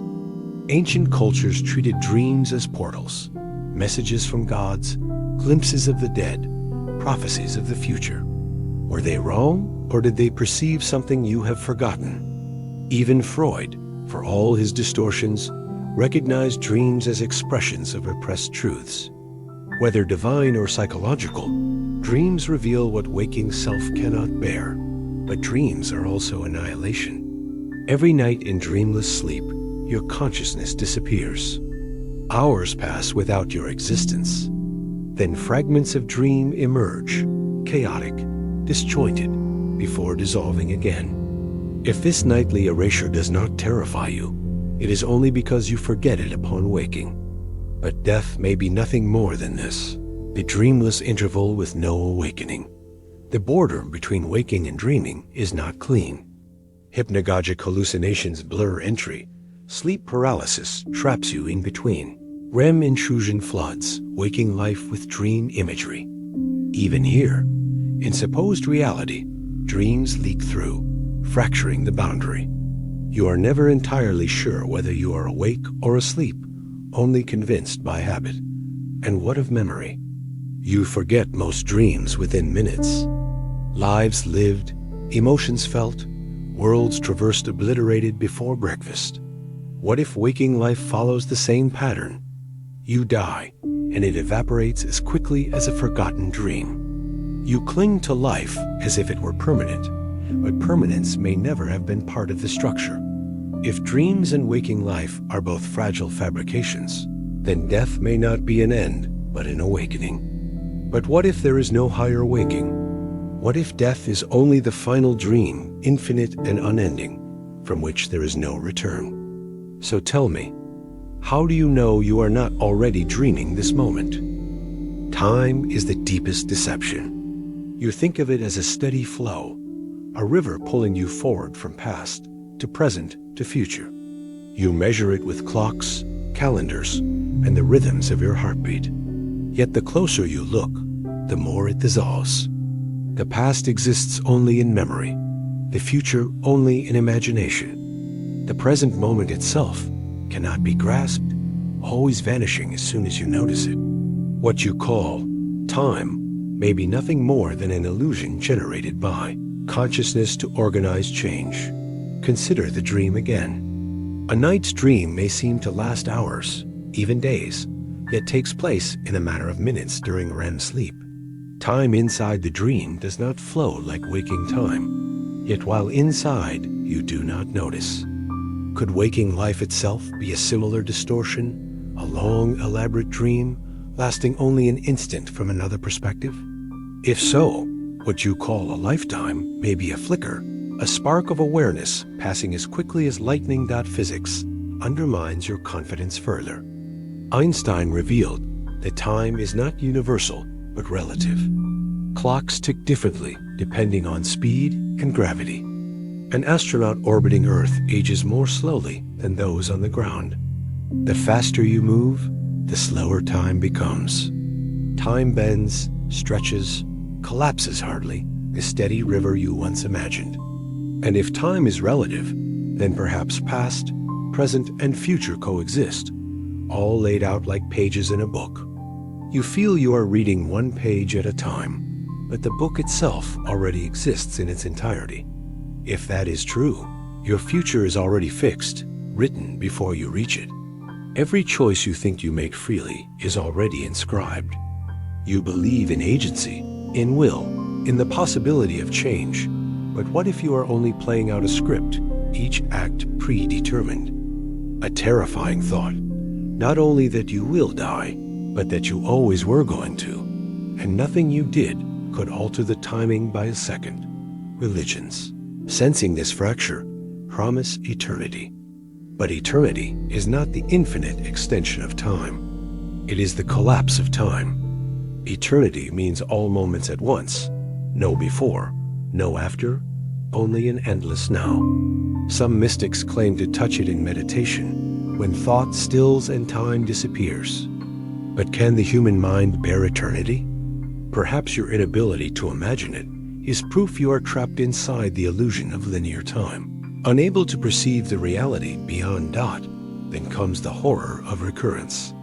Nietzsche's Eternal Return asks, what if this life must be lived again and again, endlessly, without alteration?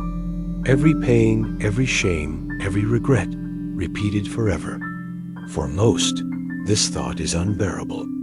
Yet if time loops, then perhaps you are already caught in it. Every moment you live now, you have lived infinite times before and will again infinite times to come. You cannot escape the circle. You can only accept it or despair. Science toys with another possibility. That time is an emergent property, not fundamental. Some theories suggest the universe at its deepest level is timeless, a static block of information. Time is an illusion produced by consciousness, moving through states of that information, like a needle passing across the grooves of a record. If so, your life is not unfolding but already complete, existing outside of time, waiting only for awareness to pass through it. You are not moving toward death. You are simply experiencing one segment of an already whole pattern. Yet, if all moments exist simultaneously, then death is not truly an end. The moment of your birth, your first love, your greatest grief, and your final breath all exist eternally, preserved in the fabric of reality. You do not vanish. You remain as a fixed point in the structure. The you who dies is no more or less real than the you who first opened your eyes. From eternity's perspective, you never cease, you only occupy your moment.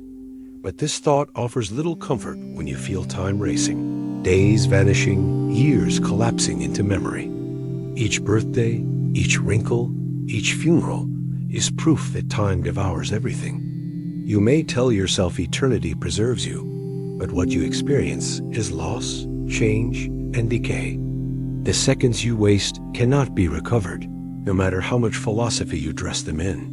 Worse still is the suspicion that time itself may be nothing, and with it, your entire life. If time is illusion, then so is narrative. There is no beginning, middle, or end-only fragments strung together by a mind desperate for coherence. Your story, your history, your identity, all fictions of time. Without them, what are you? Not a person, not a self, only a passing configuration of experience, gone as soon as it arises. Death, in this light, is not simply the cessation of time for you, it is the unveiling of timelessness. Whether it is an eternal return, a static block, or a final annihilation, death strips away the illusion of flow. It shows you what was always true. Time never existed, except as a trick to keep you moving, and so the fracture deepens. If time is false, then so is progress. If eternity is real, then so is your powerlessness. If recurrence holds, then you are condemned forever. And if timelessness reigns, then nothing you do matters at all. The question gnaws at you in the quiet hours. Is your life a line, a circle, or an illusion? And when the final second arrives, will it end or will it loop? You imagine yourself as continuous, a single thread running from childhood to the moment you are reading these words. You say, I am the same person I was yesterday, last year, 10 years ago. Yet the evidence cuts through this illusion. The self is not continuous, not stable, not singular. It is a story one told by memory, stitched together out of fragments, fragile and false. Neuroscience has shown how easily memory is manipulated, how false recollections can be planted, how what you call your past may be nothing more than a reconstruction. Elizabeth Loftus demonstrated again and again that people can be convinced they experienced events that never occurred, being lost in a shopping mall as a child, meeting Bugs Bunny at Disneyland, even committing crimes they never committed. If memory is so malleable, what does it mean to claim you are the same person across time? If the building blocks of your identity can be rewritten, then who are you really? Even without outside manipulation, your brain is constantly overwriting itself. Cells die, connections rewire, habits fade, desires shift. The child you once were is gone. The teenager you once embodied is gone. The adult you once imagined yourself to be is gone. Each version of you has been erased by time and replaced by another who pretends continuity for convenience. You mourn or celebrate anniversaries as if you are honoring yourself, but the truth is darker. You are remembering strangers who wore your name. Consider the ship of Theseus. If you replace each plank, each nail, each rope of a ship until nothing original remains, is it still the same ship? Apply this to yourself. Every atom in your body is replaced over the years. Every cell regenerated or discarded. Every thought reshaped. What remains that can claim to be you? Is the identity you cling to more than a comforting fiction, a mask to conceal the fact that you vanish with every passing moment? Split brain experiments deepen the fracture. When the corpus callosum is severed, the two hemispheres of the brain act independently. One hand buttons a shirt while the other unbuttons it. One hemisphere reads a word and responds, while the other hemisphere denies ever seeing it. Which of these is the real self? Both claim authenticity. Both inhabit the same skull. If identity can split into two selves in one body, how fragile is your own sense of singularity? Could you be multiple selves already, merely stitched together by habit and denial? Derek Parfit pressed further. What if identity is not what matters? Imagine your brain divided and transplanted into two new bodies. Both wake up claiming to be you. Who is correct? Which one continues your life? If both, then you are not singular. If neither, then you never truly continued at all. Parfit concluded that personal identity is an illusion, and what matters is only psychological continuity, memories, desires, intentions. But continuity is fragile, fragmentary, and easily falsified, which means what matters is already broken. Even in daily life, you are not one self, but many. The self that eats when hungry is not the same as the self that restrains for a diet. The self that forgives is not the self that resents. The self that loves at dawn may despise by dusk. You carry contradictions that never resolve, only coexist passing control back and forth. Yet you continue to believe in a stable I, as if a chorus of conflicting voices could be harmonized into a single tone. Philosophy adds further corrosion. David Hume searched for the self in experience and found none. Looking inward, he discovered only perceptions, flowing one after another, like a river with no fixed point. The self was nothing more than the bundle of these perceptions, tied together by imagination. And Buddhism had said the same centuries earlier. Anatta, the doctrine of no self. You cling to identity as if it were permanent, but in truth, the self is empty, transient, impermanent. You are not a solid object, you are a process, ceasing at every instant. But if the self is an illusion, then who dies? If there is no stable you, then what does it mean when death comes? Perhaps death is not the end of a singular identity, because there was never a singular identity to begin with. What ends is the illusion, the story, the fragile stitching. What remains is silence, whether it is eternal or already empty. You cannot know. The horror sharpens when you realize how easily identity can fracture. Dementia strips away memory until the self dissolves, leaving behind a body that no longer contains you. Brain injury alters personality overnight, changing kindness to cruelty, introversion to rage.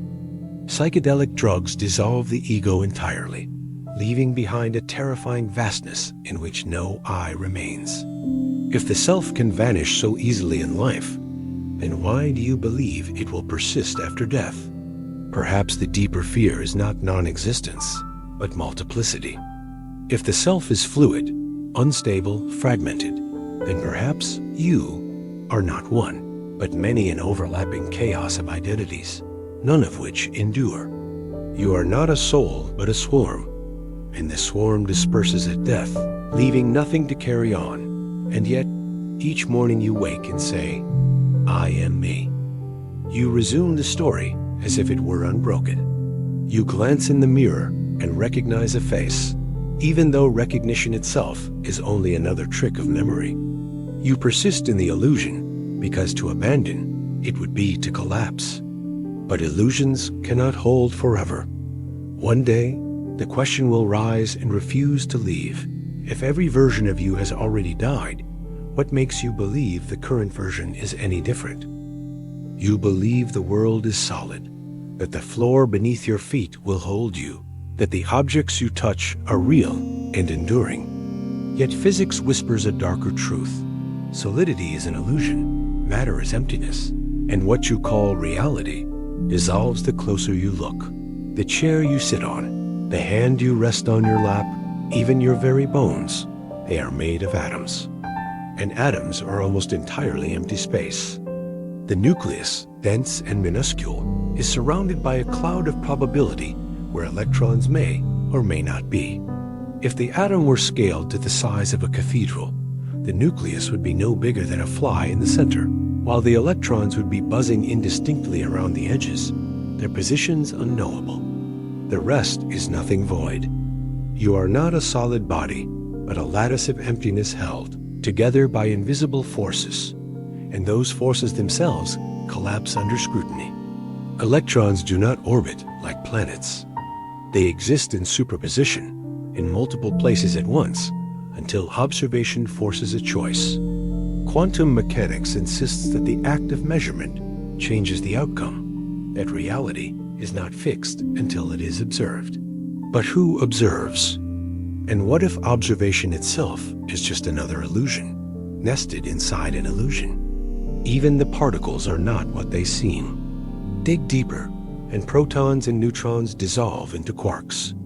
Dig deeper still, and you confront a field of probabilities, excitations, mathematical abstractions.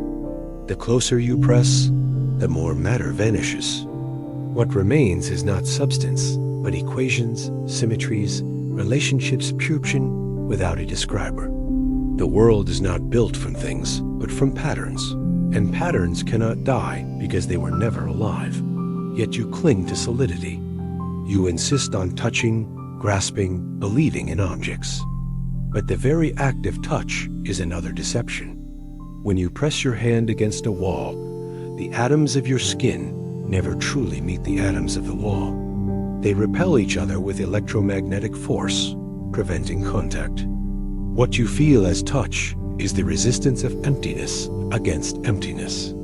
You have never touched anything. You live your entire life without contact, suspended in a void of repulsion.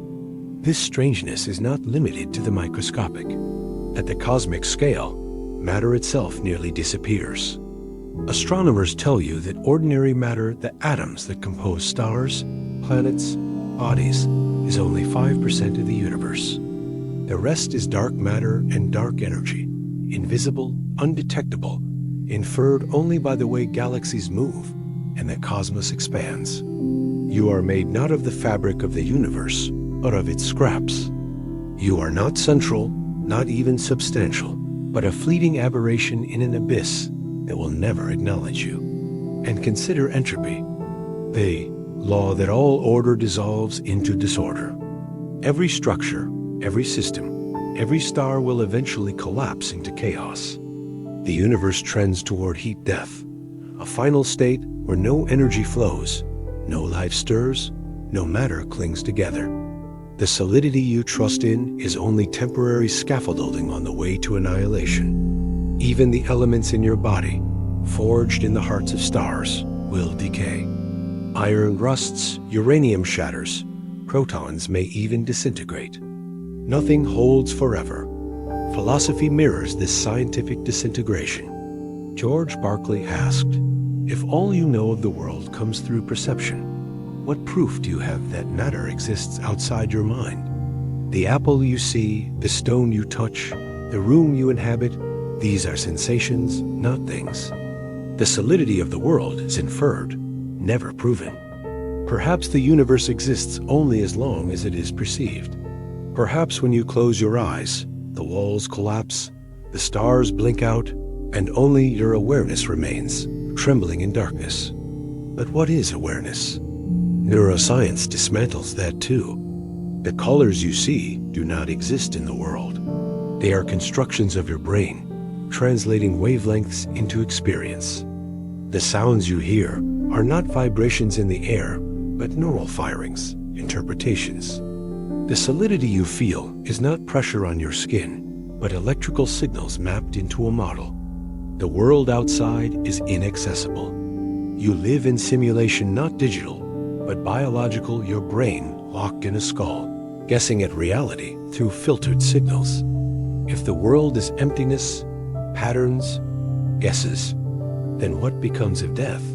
The body, already hollow, collapses back into atoms, then into fields, then into nothing. The mind, already isolated, ceases its guessing, leaving only silence. And yet, nothing of substance was lost, because nothing of substance was ever there. The death you fear may already be present in every moment, the absence hiding inside apparent presence, the void lurking beneath every form. Perhaps this is why mystics speak of reality as illusion, maya, dream. They saw what science now confirms. The world is not what it seems. You walk on emptiness, breathe emptiness, love and fear emptiness, until emptiness takes you back. And still, you carry on, as if objects were firm, as if the ground were safe, as if you were real. But tonight, when you reach for the lamp, remember, you will not touch it. You never have. You will only feel the lie your brain tells to keep you conned out. So ask yourself, when your body falls apart and the illusion ends, what remains of the world you thought was solid? You assume that, because you are aware, you exist. Descartes made it a foundation. Cogito ergo sum. I think, therefore I am. But what if thought and awareness are not proof of existence, but evidence of its impossibility? What if consciousness is not the ground of reality, but its deepest riddle? A flame burning with no fuel, destined to consume itself. When you close your eyes and notice the flow of your thoughts, what do you see? A cascade of words, images, emotions, sensations. But who watches them? You imagine a witness behind it all, a stable eye that perceives. Yet turn inward to find it, and it dissolves. The observer is only another thought, another image, another construction within the same stream. You chase the self endlessly, like a mirror reflecting a mirror, only to find infinite regress. There is no witness, only witnessing. The hard problem of consciousness exposes the fracture. How can physical matter, blind and mechanical, give rise to subjective experience? You can explain neurons firing, synapses exchanging chemicals, patterns of activation in the brain. But none of these explain the raw presence of experience, the redness of red, the pain of loss, the terror of death. Matter produces mechanism, not meaning. Yet here you are, drowning in meaning, unable to explain how it exists at all. Some scientists propose panpsychism, that consciousness is not an emergent property, but a fundamental one, present in every particle, every interaction. Your awareness is not unique, but a condensation of the same basic property that animates all things. But if everything is conscious, then nothing is your inner life, is only a more complex configuration of the same background awareness. What feels special to you is merely arrangement, not essence. And arrangements, once broken, do not return. Others retreat to illusionism. The claim that consciousness itself is a trick. Your sense of awareness, your inner life, your subjectivity is nothing more than a convincing hallucination generated by the brain. If that is true, then who is reading this now? Who feels the weight of the words? An illusion cannot suffer, cannot fear, cannot weep. And yet you do. If awareness is false, then all of existence is false. Which is worse, that consciousness cannot be explained, or that it does not exist? Psychology adds another cut. Daniel Wegner's experiments showed that the sense of will, the feeling that you, because your actions is constructed after the fact. The brain decides, the body moves, and only afterward does the mind create the story of intention. You are not the author of your choices. You are the audience of a narrative invented to keep you sane. You are not the pilot. You are the passenger, watching the controls move themselves. Meditation traditions describe the terrifying moment when the ego dissolves and the sense of self vanishes, leaving only raw awareness without boundaries. At first, it feels like liberation, but soon it becomes horror. There is no one here. Thoughts arise on their own. Feelings surge without cause. The body breathes without command. Consciousness reveals itself as selfless, impersonal, directionless. You do not have awareness, awareness has you. And when death comes, awareness will let you go. Now consider split-brain patience again, but from the perspective of consciousness. If each hemisphere can generate its own awareness, then perhaps consciousness is not singular but multiple, fracturing whenever the brain divides. If so, your own consciousness is not unified. It is already a coalition of fragments, coordinated just enough to pretend unity. And if a knife could sever you into two minds, what does that say about the one who claims to exist now? Perhaps you are already splintered, already many. Even dreams betray you. In dreams, you accept impossible worlds as real, only to wake and dismiss them.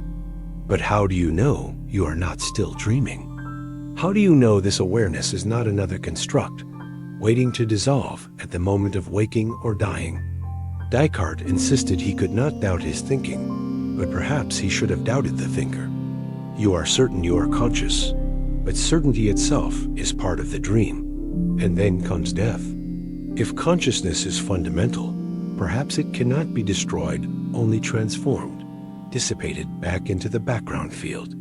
But if consciousness is emergent, tied to the fragile order of neurons, then death is its extinction. Awareness does not drift away, it collapses, like a candle snuffed out.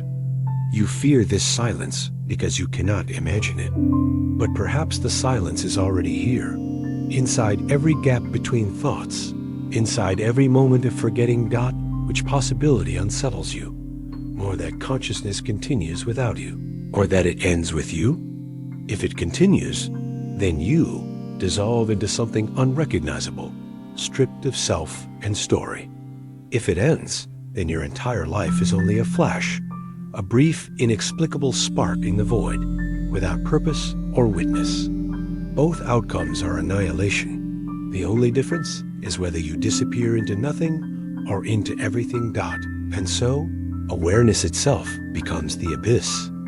You stare into it when you try to find yourself, and it stares back without blinking. You ask, who is reading these words? Who is thinking this thought? Who will die when the body ends? Each answer collapses into the next question, until nothing remains but the raw terror of presence. So tell me, if there is no self behind awareness, no author of thought, no owner of experience, then who, exactly, is afraid of death? You believe you stand on the firm ground of history, that behind you stretches a chain of events, a story written in stone, immutable, recorded. But history is not stone. It is smoke.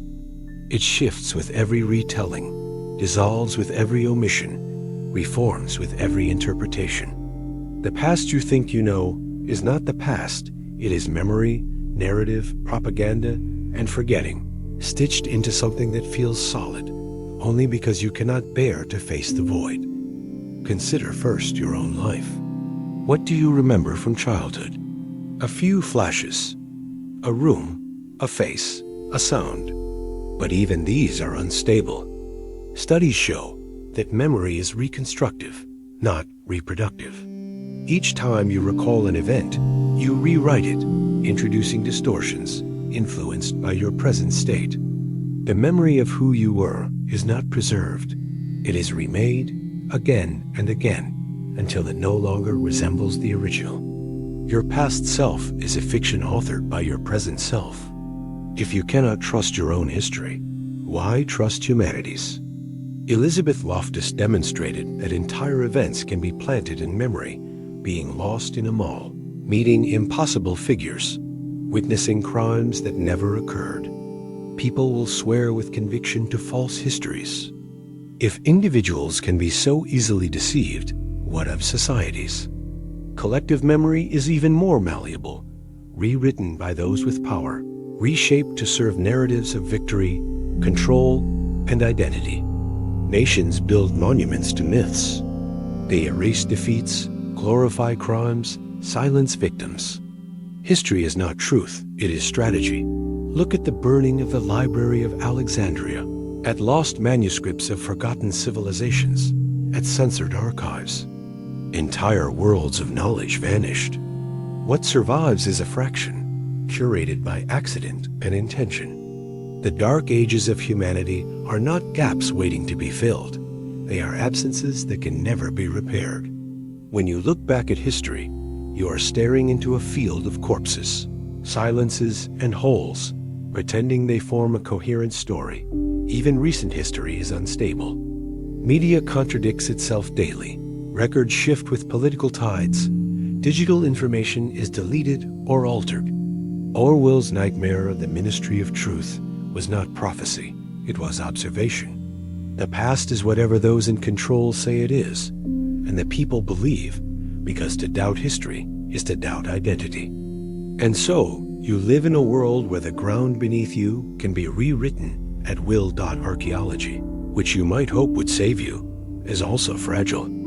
Artifacts tell stories, but interpretation is uncertain. A shard of pottery, a ruin, a skeleton, they whisper possibilities, not certainties. Every discovery rewrites history. Every discovery also introduces more questions. Were the pyramids tombs or power structures? Were ancient civilizations isolated or interconnected? Each answer is tentative, temporary, awaiting the next contradiction. The story of humanity is not a march of truth, it is a collage of guesses. Even time itself betrays history. Radiocarbon dating, tree rings, geological layers, all are subject to error, contamination, assumption. The deep past becomes less certain the further you reach. Was there a beginning of history? Or have civilizations risen and fallen countless times, leaving almost nothing behind? You cannot know. The sands of time bury evidence faster than you can uncover it, and what you call the human story may be nothing more than the shallowest layer of a forgotten. Infinity. Psychology warns you further. The very act of remembering alters memory. Each retelling distorts. Each narrative collapses into metaphor. Trauma especially rewrites itself, erasing details, amplifying others, until it becomes less a record than a haunting. Nations, too, rewrite trauma. Wars are celebrated as victories. Genocides are minimized. Atrocities are renamed as necessity. What you call history is often no more than trauma in disguise, festering beneath monuments and textbooks. And then comes the abyss of personal death. When you die, your memories vanish. The history of you collapses into fragments left behind: photos, documents, fading recollections in others' minds. Soon, those too dissolve. Within a few generations, almost no one will remember you at all. The vast majority of lives leave no trace in the historical record. Billions lived, loved, suffered, and died, and history forgot them. What arrogance, then, to believe history preserves truth. It preserves only what survives the machinery of forgetting. This erasure scales the civilizations. How many entire cultures have vanished without a trace? How many languages spoken for centuries have left no record? How many stories, philosophies, ways of life have disappeared forever into the void? Your history is not humanity's history. It is the history of what survived destruction. You are the descendant not of truth, but of selective amnesia. Even worse, perhaps history itself never existed as you think. Perhaps the past is not real at all, only a construction in the present. As Augustine noted, the past exists only as memory, the future only as expectation, and the present itself vanishes in an instant. If the past is only memory, and memory is unstable, then the past is unstable. And if the past is unstable, then so is identity, society, reality. What, then, becomes of death? If history is smoke, then your death will be smoke too. It will be remembered wrongly, distorted, mythologized, or forgotten. It will be rewritten as it serves others. You will not even own your own ending. Death, like life, will be edited and eventually erased. The ground of history you hope to rest upon will not hold you. It will crumble, leaving only silence. So ask yourself, if the past itself cannot be trusted, then what proof do you have that you ever truly lived at all? You believe in a continuous I, a single thread weaving through all the moments of your life.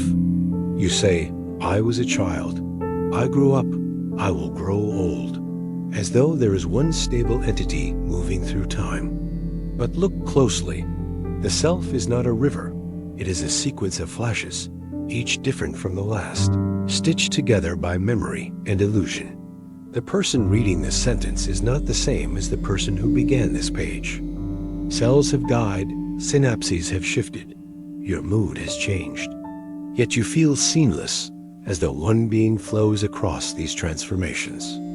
But what you call self is only the trick of continuity and echo of past impressions stitched onto present sensation. Consider memory, the supposed glue of identity. It does not record. It rewrites. Each time you recall an event, you alter it, adding fragments of imagination, trimming edges, distorting details. You are not remembering your past, you are reconstructing it, inventing it anew each time. The you who remembers is not the you who lived it. Already the thread FRAY stot, think of sleep. Each night you vanish. Hours pass when you are not there. Then you wake, and the brain tells you, I have returned, unchanged. But what if the sleeper died, and a near identical copy rose in the morning? You cannot prove continuity. You only assume it, because to question it would tear apart the illusion of being. Now, consider amnesia. A blow to the head, and whole chapters vanish. The body continues, but the story collapses. A man with no memory of his past still eats, walks, laughs. Who is he? If identity rests on memory, then he is not the same person. But if identity rests on the body, then he must be. Both answers contradict, and yet the man lives on, flickering between selves. Even in ordinary time, you flicker. In anger, you are not who you are in calm. In grief, not who you are in joy. States of mind create different selves, each with their own motives, thoughts, perceptions. The I of 1 hour would not recognize or agree with the I of another. And yet you pretend they are all one continuous being. Instead of fragments arranged in sequence, like frames of film, the Buddhists call this anatta no self. The self is not a thing but a process, a dance of aggregates, body, feeling, perception, thought, awareness. None of these are stable. All dissolve. The flame of a candle appears constant, but look closely. It is never the same fire from one instant to the next. So too with you. But if the self is a flicker, who is it that notices? If identity is only a series of cells arising and passing, who claims ownership of the chain?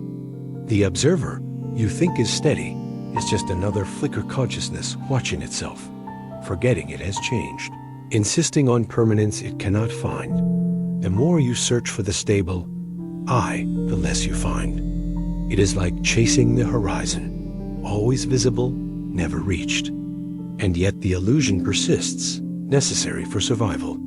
If you admitted fully that you are 1,000 selves, each dying moment by moment, could you act at all? Still, the cracks show. You forget where you put your keys, and for an instant, you glimpse that the self who placed them there is not the self who now searches. You look at an old photo and do not recognize the face. It is familiar, yet alien. Yours, yet not yours. You are haunted by people used to be, ghosts that linger in your skin. So the self is not a thread, but a flicker, not a stone, but a spark.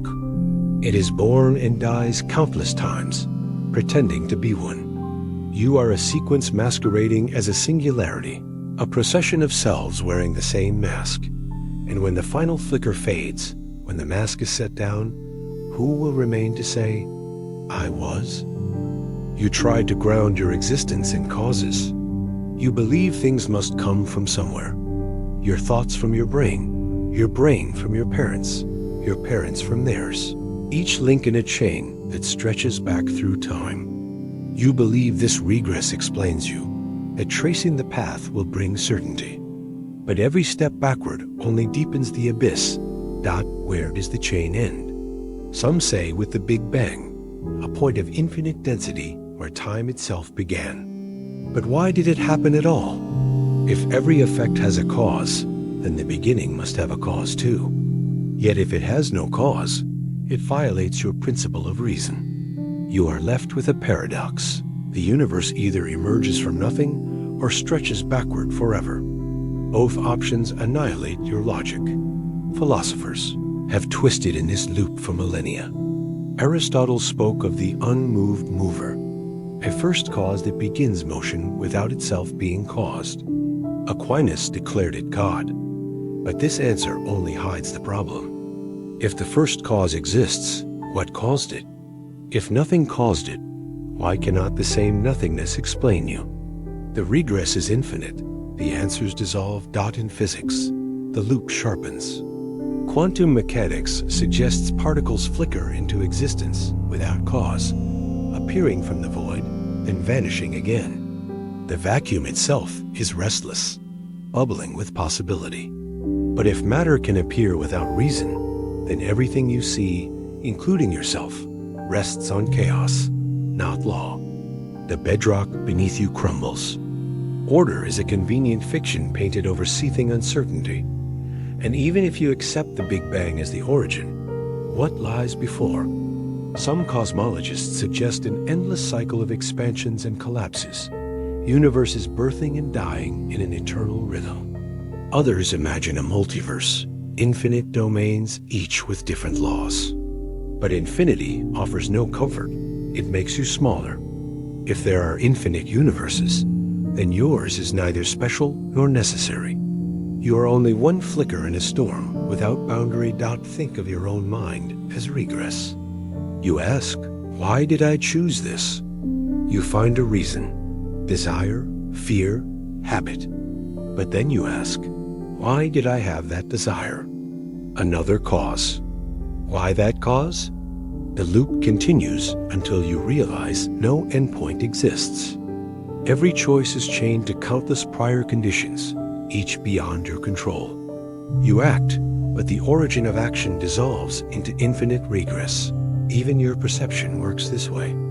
You see because light strikes your eyes, because neurons fire, because chemicals flow.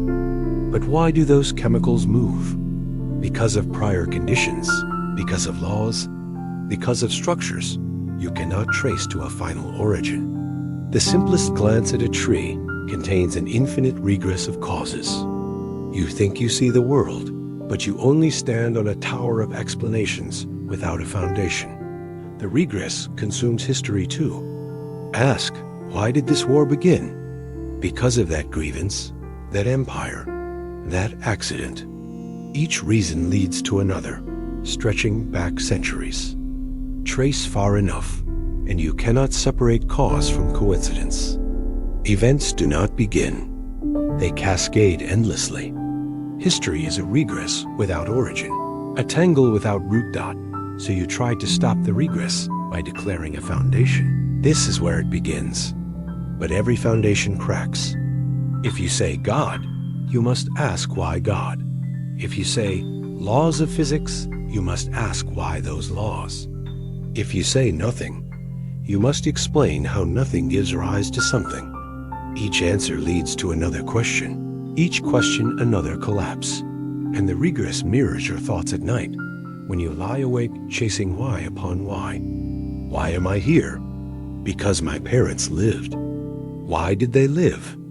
Because their parents lived. Why does anything live?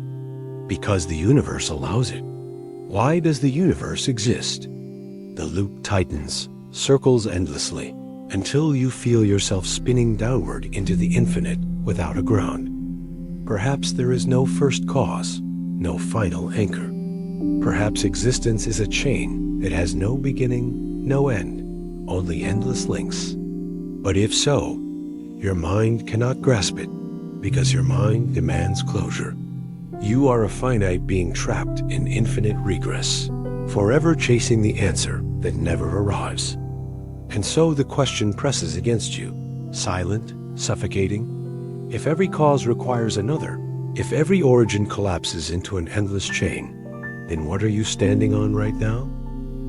Close your eyes and strip the world away. No sound, no light, no body, no thought. Imagine not darkness, but the absence of darkness. No canvas on which shadows could fall, no space to measure, no time to pass. This is the void, and your mind cannot enter it, yet it surrounds everything you are. The ancients feared it.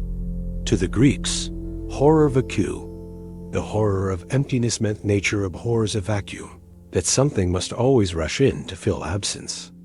But physics disagrees. The vacuum exists, and it is not empty at all. It seethes with fluctuations, particles appearing and vanishing in spans so brief they cannot be measured. The void is not a stage for existence. It is the restless womb from which existence erupts. And yet, in another sense, the void is nothing. Not silence, not blackness, not stillness, because each of these requires contrast. Nothing is beyond language, beyond image, beyond thought. When you try to imagine nothing, you imagine something. Even your fear is too much. Nothing cannot be pictured, cannot be spoken, cannot be grasped. Still, you sense it. Death is the nearest outline you have of nothing. The cessation of consciousness. the extinguishing of perception. You fear it not because you know what it is, but because you cannot. Your mind recoils at the prospect of vanishing into absence, not because absence is painful, but because absence cannot be endured. Look at the night sky. Between the stars lies vast emptiness, distances so great they swallow light. Galaxies drift in oceans of void. You tell yourself the stars are countless, but the truth is worse. They are rare islands floating in infinite nothing. Existence is the exception. Non-existence is the rule. Your daily life depends on ignoring this. You sit in rooms filled with air, on a planet filled with matter, surrounded by noise and presence. But strip it back, and matter itself is almost entirely empty space. Atoms are voids with faint whirls of probability at their edges. You are mostly nothing already, an emptiness given the illusion of solidity by forces you do not feel. Philosophers turned the void into terror. Heidegger called it the nothing that reveals being. We only notice existence because we sense its opposite. Sartre saw it as a whole gnawing through the fabric of reality. Mystics embraced it, calling it the source, the silence behind all forms. But no matter how you dress it, the void is unbearable because it cancels you. The silence of the void is not quiet. It is annihilation. You speak, but in the void there is no ear to hear, no echo to return. You think, but in the void there is no thought, because there is no you. Your words dissolve, your mind dissolves, the very framework of existence crumbles, and yet the void is already here. Every night in dreamless sleep, you brush against it. Hours pass that are not yours, gaps in your life you cannot recover. You accept them because the mind resumes and pretends the continuity was never broken.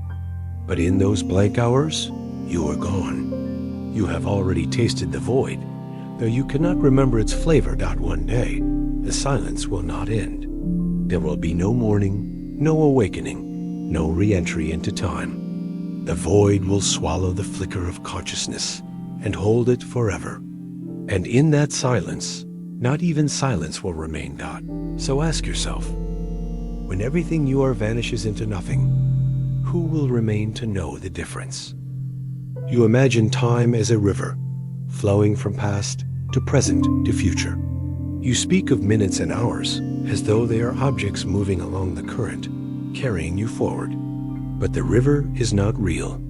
It is only the measure of change, the ordering of events your mind insists must exist. Strip away matter, motion, and perception. And what remains of time? Nothing. Einstein shattered your simple flow. Relativity revealed that time bends, stretches, slows. A clock on a mountaintop ticks faster than one at sea level. A traveler near the speed of light returns younger than the twin left behind. Time is not universal, it fractures, relative to gravity and motion. Already the river dissolves into a shifting landscape, where now differs from one place to another. But the paradox deepens. Quantum mechanics suggests the universe at its smallest scale does not evolve smoothly through time. Instead, particles exist in probabilities until measured, as though time itself has no meaning until observation pins it down. Some physicists argue time is not fundamental at all, but emergent, a shadow cast by deeper laws we cannot see. If time is not basic, then your life is lived inside an illusion, a clockwork painted over chaos. Philosophers fought the same collapse. Augustine admitted, "What then is time? If no one asks me, I know. If I wish to explain it, I do not." MacTaggart declared time unreal because the flow from past to present to future cannot be reconciled without contradiction. If the past no longer exists and the future does not yet exist, then only the present is real. But the present is gone the instant you name it. Nothing endures. Think of memory. You believe it gives you a past, but memory is fragile, altered each time you summon it. The past is not stored, it is rebuilt. Think of anticipation. You imagine a future, but it is only projection, shaped by desire and fear. Neither past nor future exist anywhere but in your mind. You live inside a sliver that vanishes as soon as it arrives. Even your body betrays time. Cells die and are replaced. Molecules break down and reform. You believe you endure, but you are replaced, recycled, consumed. You live inside a procession of changes that only mimic continuity. You are not a being in time. You are time consuming itself. And what of eternity? If time stretches endlessly backward, then you are trapped in an infinite regress with no beginning. If it ends, then what lies beyond the final moment? A timeless void where nothing can happen, nothing can be measured, nothing can exist. Both possibilities annihilate your assumptions. The clock ticks, but it does not measure something real. It only counts change. Remove all motion, all perception, all change, and what happens to time? Does it stop? Or does it never have existed at all? You cling to the idea that time flows, that it carries you, that it moves from one state to another. But flow implies movement within time, and if time itself flows, what contains its movement? A second time? And what contains that? The regress consumes itself. Time devours its own foundation dot. So here you are, measuring your life in minutes and years, in memories and plans. But tell me, if the past is gone and the future is not yet, and the present dissolves as it arrives, what part of time are you living in right now? You want to believe that consciousness is the anchor of existence, that whatever else collapses time, self, history, there is still the undeniable certainty of I am aware. Descartes built an entire philosophy on this foundation. Cogito, ergo sum I think, therefore I am. But even this supposed certainty dissolves under pressure, and the awareness you cling to, as absolute, begins to fracture. Neuroscience tells you that consciousness is not a single flame, but a storm. Split brain experiments show that cutting the corpus callosum divides awareness into two centers, each capable of thought, perception, and will. One hand buttons a shirt while the other unbuttons it. One hemisphere names an object while the other denies knowing it. So where is the singular I if awareness can be split and neither half notices the fracture? Look deeper. Consciousness is always behind itself. You believe you perceive the present, but in truth you live milliseconds in the past as your brain processes signals and stitches them into coherence. What you call now is already gone. Your awareness is not immediate. It is a delayed reconstruction, a hallucination convincing you of presence. Even more unsettling, consciousness does not initiate. Libet showed the brain prepares action before awareness of choice arises. Later experiments revealed this delay can extend seconds. You feel as though you decide, but your awareness only reports after the fact, inventing the story of agency. Consciousness is not commander, but spokesperson, rationalizing what has already occurred. And consider anesthesia. A chemical drip and your awareness vanishes completely. The body continues to live, organs function, neurons fire, but there is no you. Hours pass in pure absence. Then the light returns, and you believe continuity has been preserved. But how do you know the self who awoke is the same as the one who dissolved? Consciousness cannot prove its own persistence. It flickers, disappears, pretends it was never gone. Philosophers struggle here. Is consciousness an emergent property, rising from matter once complexity reaches a threshold? Or is it fundamental, woven into the fabric of the universe like space and time? Both options collapse. If it emerges, why from matter at all? If it is fundamental, why does it vanish under anesthesia, or fracture in brain injury, or distort in dreams? And if consciousness is an illusion, who is it that suffers? If there is no central witness, why does pain still burn, fear still grip, grief still hollow? Perhaps illusion itself is the suffering, a self that insists on existing when none can be found. But the deepest trap lies in reflexivity. Consciousness can turn upon itself, aware of its own awareness. This recursion has no bottom. You can observe yourself, observing yourself, observing yourself. An infinite regress without end. Each layer insists on being real, but none of them can prove it. You fall endlessly inward, never arriving at a final sear dot, so the foundation you hoped for awareness itself crumbles. It is fractured, delayed, vanishing, recursive. Consciousness is not your escape from the collapse. It is the collapse giving form dot, and now the question waits in the silence. If the very awareness you are using to read these words cannot guarantee itself, then who, exactly, is reading them? You build your life on memory. You trust that what you recall anchors you, gives you a history, a self, a thread. But memory is not a recording. It is a reconstruction, fragile and mutable, reshaped each time it is retrieved. What you call truth is nothing more than the last draft of a story rewritten in your head. Elizabeth Loftus proved this. In her studies, participants were told false details about events they had witnessed: colors of cars, objects at a scene, even entire events that never happened. With enough suggestion, they remembered the falsehood as vividly as truth. They swore it had happened. Memory is not evidence. It is invention disguised as fact. Think about this. Every time you recall an event, you do not pull it from storage, you rebuild it. You combine fragments of sensory impressions, emotions, expectations. The act of remembering rewrites the memory itself. The more you recall, the less accurate it becomes. Your past is not fixed, it shifts under the weight of recollection. History itself mirrors this. Nations remember wars, revolutions, disasters, but never as they were. Each generation edits the story, emphasizing some parts, erasing others. Monuments rise to preserve memory, but they preserve lies as much as truths. What you think of as history is only collective memory, and collective memory is just collective error, reinforced until it hardens into dogma. The courtroom trusts witnesses, but witnesses are unreliable narrators.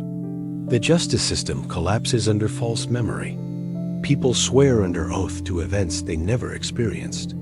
Innocents rot in cells because memory insists on its authority. But memory is not authority. It is a liar that does not know it lies. Even your earliest memories betray you. Studies show many first memories are fabricated constructions from stories told by parents, from photographs, from imagination. The child you remember being is partly myth, partly invention. Perhaps none of your early life remains intact. Perhaps you have lived half of your life already on a foundation of falsehood. And if memory fails in small ways, what of the larger? Consider amnesia.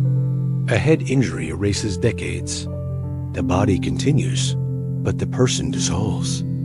Families weep over the shell of someone who no longer recalls their bonds. Identity itself collapses with memory. Without recollection, who are you? Worse still, memories can be implanted. Hypnosis, suggestion, trauma each opens a door for foreign narratives to settle in. You may already carry memories that never belonged to you. How many of your stories are genuine? How many are intruders, smuggled in through repetition, persuasion, or desire? Even collective reality cannot escape. Eyewitnesses to the same event disagree, each certain of their version. Entire groups misremember the same detail, the Mandela effect. Millions swearing something occurred that never did. The shared past is unstable, shifting like sand. If truth depends on memory, then truth is already lost, and you cannot escape by relying on the present, because your perception itself is filtered through expectation. You do not see the world as it is. You see it as your brain predicts. What you think you perceive is partly memory, coloring and shaping every instant. You never encounter raw reality. You only encounter memory woven into now so memory, the scaffold of identity, of history, of truth, is unstable, fluid, deceptive. You walk through life guided by ghosts of recollections that may never have existed. And the question remains, pressing against you. If you cannot trust your memories, and you cannot step outside them, then what in your entire life has ever been real? Open your eyes and look around. The room seems whole, continuous, unbroken. You believe you see it all at once. The walls, the floor, the shifting details. But perception is not continuous. It is fragments stitched together, illusions pasted over absence.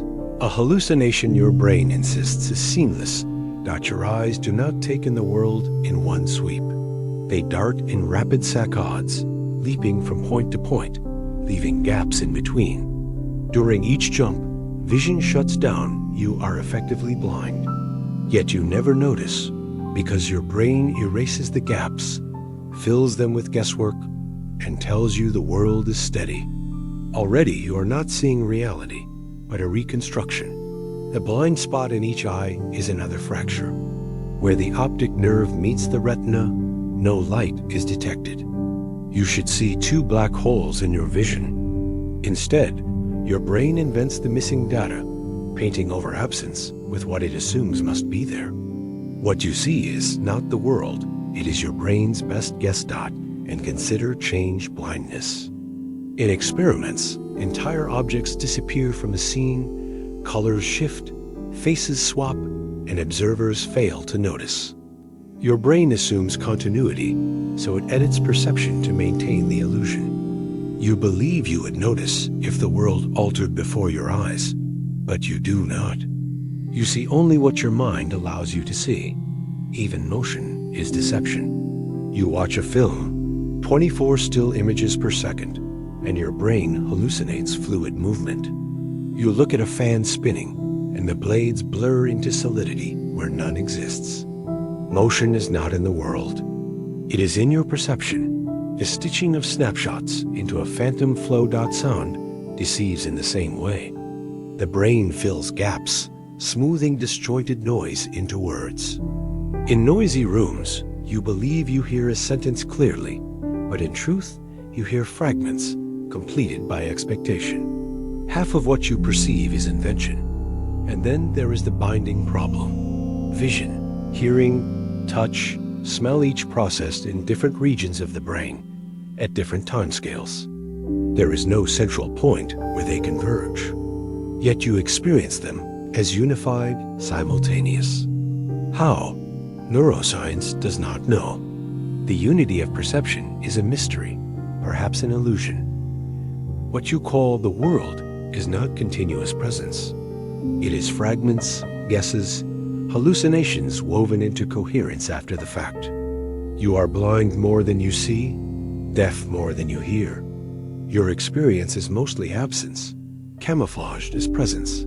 But if continuity is false, then so is stability. If what you see is stitched from gaps, if what you hear is built from fragments, if what you touch is filtered through delay, then at no point are you truly connected to the world. You are sealed within the hallucination your brain generates, convinced it is reality. And when you close your eyes at night, the illusion ceases. The world you believed you saw dissolves into dream. Dreams prove the point. Your mind can generate realities indistinguishable from waking life, and you accept them until you wake. How can you prove this waking moment is not the same, a hallucination unrecognized as such? Continuity in perception is an illusion, a mask painted over gaps and silences. So answer this. If everything you see, hear, and feel is stitched from fragments, filled with absence, painted with lies, then what makes you so sure you have ever seen reality at all? Words are the tools you believe capture reality, yet they are fragile, shifting, insufficient. You speak, write, think, and assume that meaning transfers from mind to mind. But language is a thin veil over chaos, a brittle structure trying to contain infinity. The word tree is not the tree. The sentence, I am, is not you. It is a symbol, a shadow, an approximation, always inadequate to the thing it seeks to convey. Consider translation. Across languages, even basic concepts fail to map perfectly. Happiness in one tongue may be obligation in another. The words for I shift in nuance, sometimes referring to self, sometimes to collective identity, sometimes to absence. You cannot step outside language to see reality directly. You are trapped in its definitions, its limits, its silences. Even within one language, meaning slides. A word's meaning depends on context, culture, history, and convention. Shakespeare used words you would misunderstand. Slang transforms phrases overnight. Technical terms diverge across disciplines. When you think you understand, you are only approximating, reading shadows cast by collective agreement. Meaning is never stable, never absolute. Philosophers have noticed this instability for centuries. Wittgenstein argued that words have meaning only in use, not in isolation. Derrida went further. Every text differs meaning endlessly, a chain with no ultimate anchor. The moment you trust words, they betray you. They are symbols, not reality, maps, not terrain. Even your inner monologue, the voice you rely on as yourself, is language, a system of signs. You narrate thoughts, label sensations, and claim ownership over experience. But this narrative is not the experience itself. When you say, I feel fear, you are translating raw neural and chemical events into symbols your mind can manipulate. Language structures thought, but it also constrains it, filters, distorts it. Miscommunication demonstrates the danger. Two people witness the same event and describe it differently. Neither is lying. Both are reporting their perception filtered through flawed words. Entire civilizations have collapsed over misinterpretations, over semantic disagreements. Wars, religions, laws all constructed from words that fail to hold reality. You live in a world built on the unstable scaffolding of language. Even the attempt to define reality scientifically cannot escape this fragility. Mathematics is precise, but its symbols are abstract, representations of patterns, not patterns themselves. Physics describes forces and particles, but the descriptions are words and equations, removed from the phenomena they intend to model. Language is always a step away from truth, and worse, the deeper you go into introspection, the more words fail you. Emotions, sensations, consciousness itself. How can you describe the self, the flicker of awareness, the silence between thoughts? Language falters at the edges, leaving voids you try to fill with metaphor, approximation, or silence.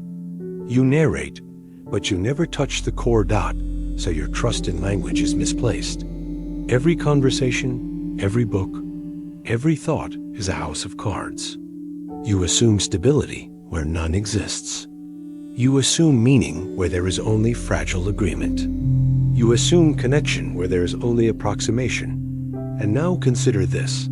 If language cannot capture reality, cannot even capture the self, cannot even capture the fleeting present, then what are you reading right now, Ruth?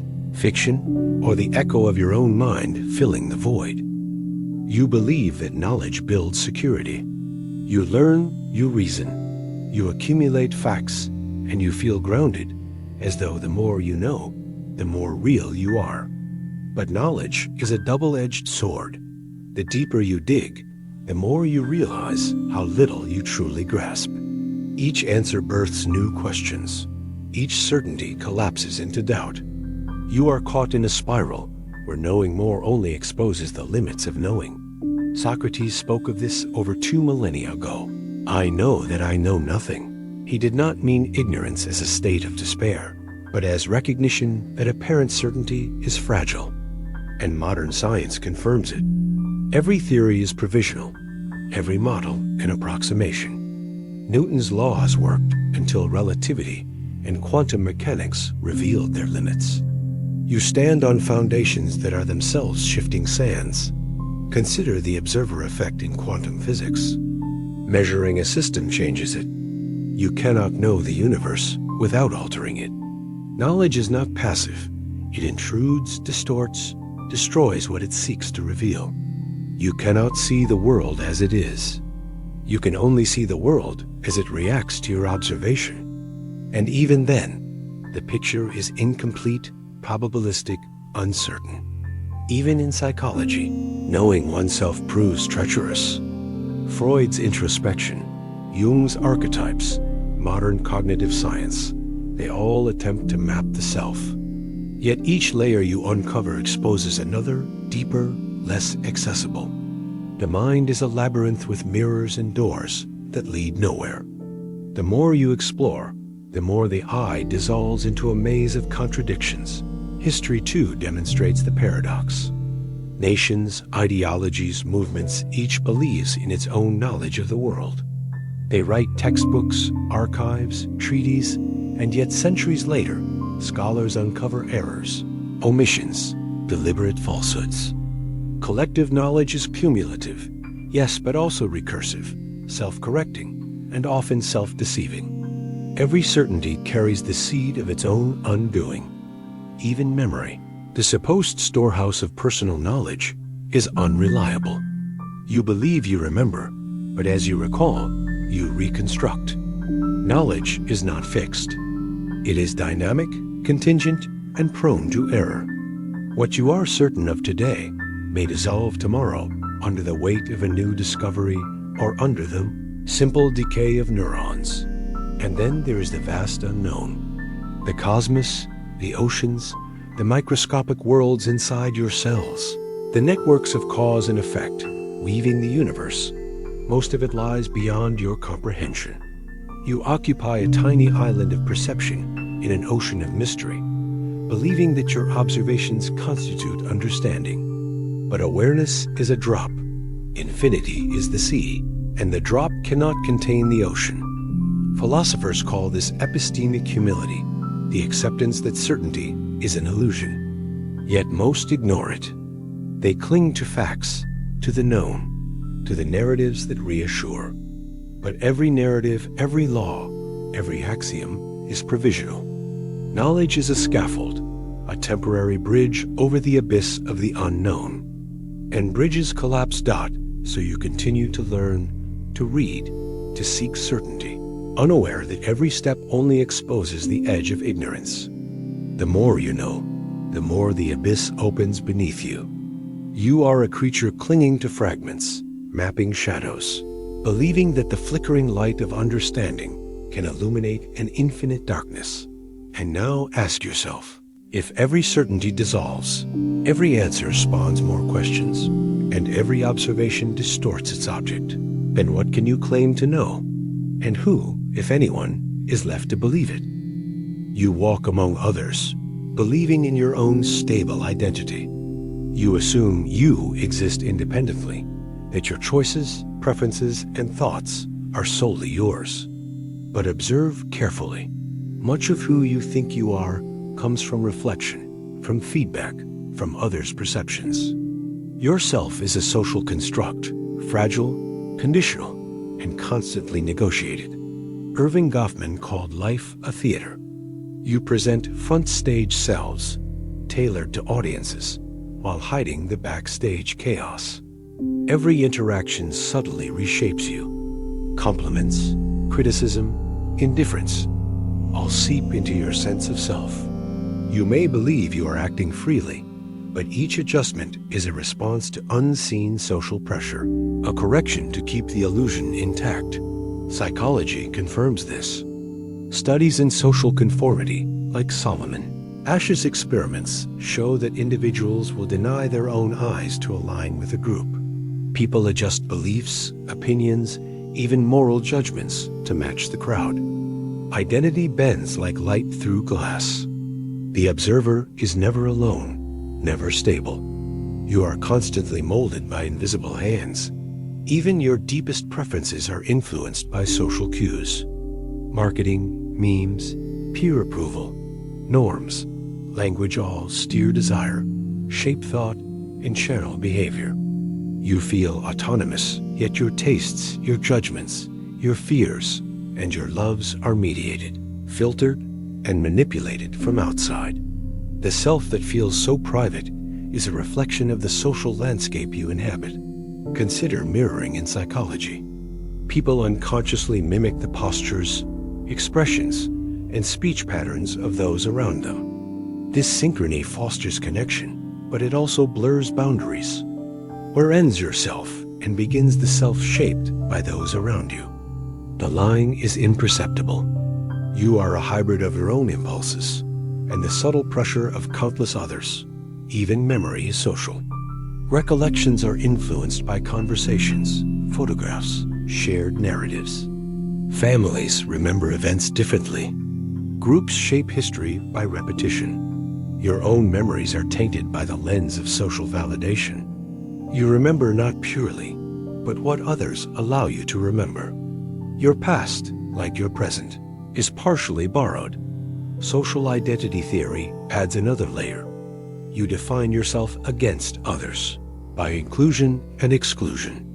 You feel, I am this, because they are that. Remove the social mirror, and much of what you believe is essential collapses. Alone, stripped of audience and comparison, yourself evaporates into uncertainty. Even language, the tool of internal thought, is learned socially. You did not invent it. It was imposed. Your concepts, categories, and distinctions come from the culture around you. You think in borrowed words, shape your desires with borrowed signs, and reason within frameworks inherited from collective minds. The very structure of you is a reflection of the society you inhabit. So the identity you cling to so private, so intimate, so irreducible, is permeable, mutable, and dependent. Remove the social scaffolding, and what remains? A hollow shell of impulses, sensations, and fleeting awareness, claiming continuity it cannot verify. You are not sovereign. You are a reflection in an endless hall of mirrors, each image shaping, distorting, and confirming the others. And the chilling question persists. If yourself is largely composed of the reflections and validations of others, then who are you when the mirrors are gone? And what remains when no one is left to see you? You assume the world is orderly, that events follow causes, and that understanding the chain of causation gives security. Drop a glass, and it shatters. Push a button, and the light turns on. Yet every assumption of causality is contingent, provisional, and riddled with paradox. The certainty you cling to dissolves under scrutiny. David Hume exposed the illusion centuries ago. You cannot perceive causation directly. You only notice sequences. You see A followed by B and infer a necessary connection. But observation never reveals necessity. It reveals patterns. The universe does not come with guarantees. You assume continuity, predictability, and lawfulness, but what you call cause may be nothing more than habit or coincidence. Quantum mechanics deepens the crisis. At the subatomic level, events occur probabilistically. An electron does not travel along a fixed path. It exists in a cloud of possibilities, only collapsing into a measurable state when observed. There is no deterministic cause dictating each motion. The foundation of predictability crumbles, leaving you in a world where chance governs what you once believed was law. Even classical physics offers no respite. Chaos theory shows that small variations in initial conditions explode into large-scale divergences. A butterfly flaps its wings, and hurricanes may form continents away. Causes are not linear. They branch, tangle, loop back on themselves, and defy isolation. Every effect contains seeds of unpredictability. Psychology illustrates this as well. Human behavior appears cause and effect. Insult provokes anger. Kindness provokes gratitude. Yet experiment after experiment demonstrates that responses are contingent, mediated by mood, context, past experiences, and chance. No action guarantees reaction. Predicting yourself or others is always a probabilistic endeavor. History, too, resists simple causation. Wars erupt, empires rise, revolutions sweep nations. You may assign reasons greed, ideology, famine, but the chain is never linear. Accidents, miscommunication, chance encounters, small errors, any of these can redirect history completely. The story of cause and effect is always a narrative you impose afterward, a comfort against randomness. Even your own thoughts obey neither law nor logic completely. You make choices, but impulses, biases, subconscious drives, and fleeting chemical states shape them in ways you cannot trace. You believe in rational causality, but each action is tangled in invisible contingencies, branching paths, and unintended consequences. You act, yet what you call will may be a chimera dot, and yet you persist in believing that understanding causes offers mastery. You trace your family tree, the chain of education, the roots of your choices. But the deeper you trace, the more chaotic it becomes. Every link opens into a web of influences you cannot map, a network without center, a chain without certainty. Even scientific law is provisional. Newton worked until Einstein. Einstein worked until quantum mechanics. Each law approximates patterns, not guarantees them. Causality is a construct to navigate experience, not a property inherent to the universe. You live in a world you assume is ordered, but the ordering exists largely in your interpretation. So consider this. If cause is not guarantee, if effect can arise without predictable origin, if the chain of events is tangled, probabilistic, and ultimately unknowable, then what are you standing on when you act? Are you a master, a pawn, or merely a flicker caught in infinite uncertainty? And the question lingers. If causality is not real, then what illusions have you built your life upon, and what crumbles when they dissolve? You assume that the world exists as it appears, that objects occupy space, that colors, sounds, and textures are real. You walk through rooms, touch surfaces, breathe air, and trust that reality is stable, external, objective. But every observation you make is filtered, interpreted, constructed. What you call real may not exist outside your perception at all. Science shatters this illusion. Color is not inherent in objects. It emerges from the interaction of light wavelengths and photoreceptors, interpreted by your brain. A red apple is not intrinsically red. It only appears red to a particular observer under particular conditions. What seems obvious is deeply relative. Consider quantum mechanics again. The famous double-slit experiment reveals that particles behave differently when observed. The act of measurement determines their state. Reality is not fixed. It is probabilistic, collapsing into existence when consciousness probes it. The universe does not commit to form until observed. The world waits for you, and the truth of its being depends on your scrutiny. Philosophy mirrors this uncertainty. Berkeley argued that objects exist only insofar as they are perceived. Kant suggested that we never know the thing in itself. We only know appearances filtered through our minds. Your senses mediate reality, translating signals into models. You never meet the world as it is. You meet the world as your brain predicts it must be. Even time and space, which you take as absolute scaffolding, are malleable. Relativity shows that distances contract and clocks slow depending on motion and gravity. What you call here is different from someone else's here. What you call now is different from their now. Reality is not a shared stage. It is a patchwork of perspectives. Each contingent, each partial psychology, adds another layer. Perception is biased, selective, prone to illusion. Optical illusions fool you effortlessly. Cognitive biases shape your interpretations unconsciously. You see patterns, even where none exist. You interpret intention, agency, and meaning in randomness. Your objective reality is a curated hallucination, tailored to make sense of chaos. Even memory constructs the world. You believe you remember events, but each recall is a reconstruction. Your personal past is a fluid, subjective narrative, shaped by expectation and imagination.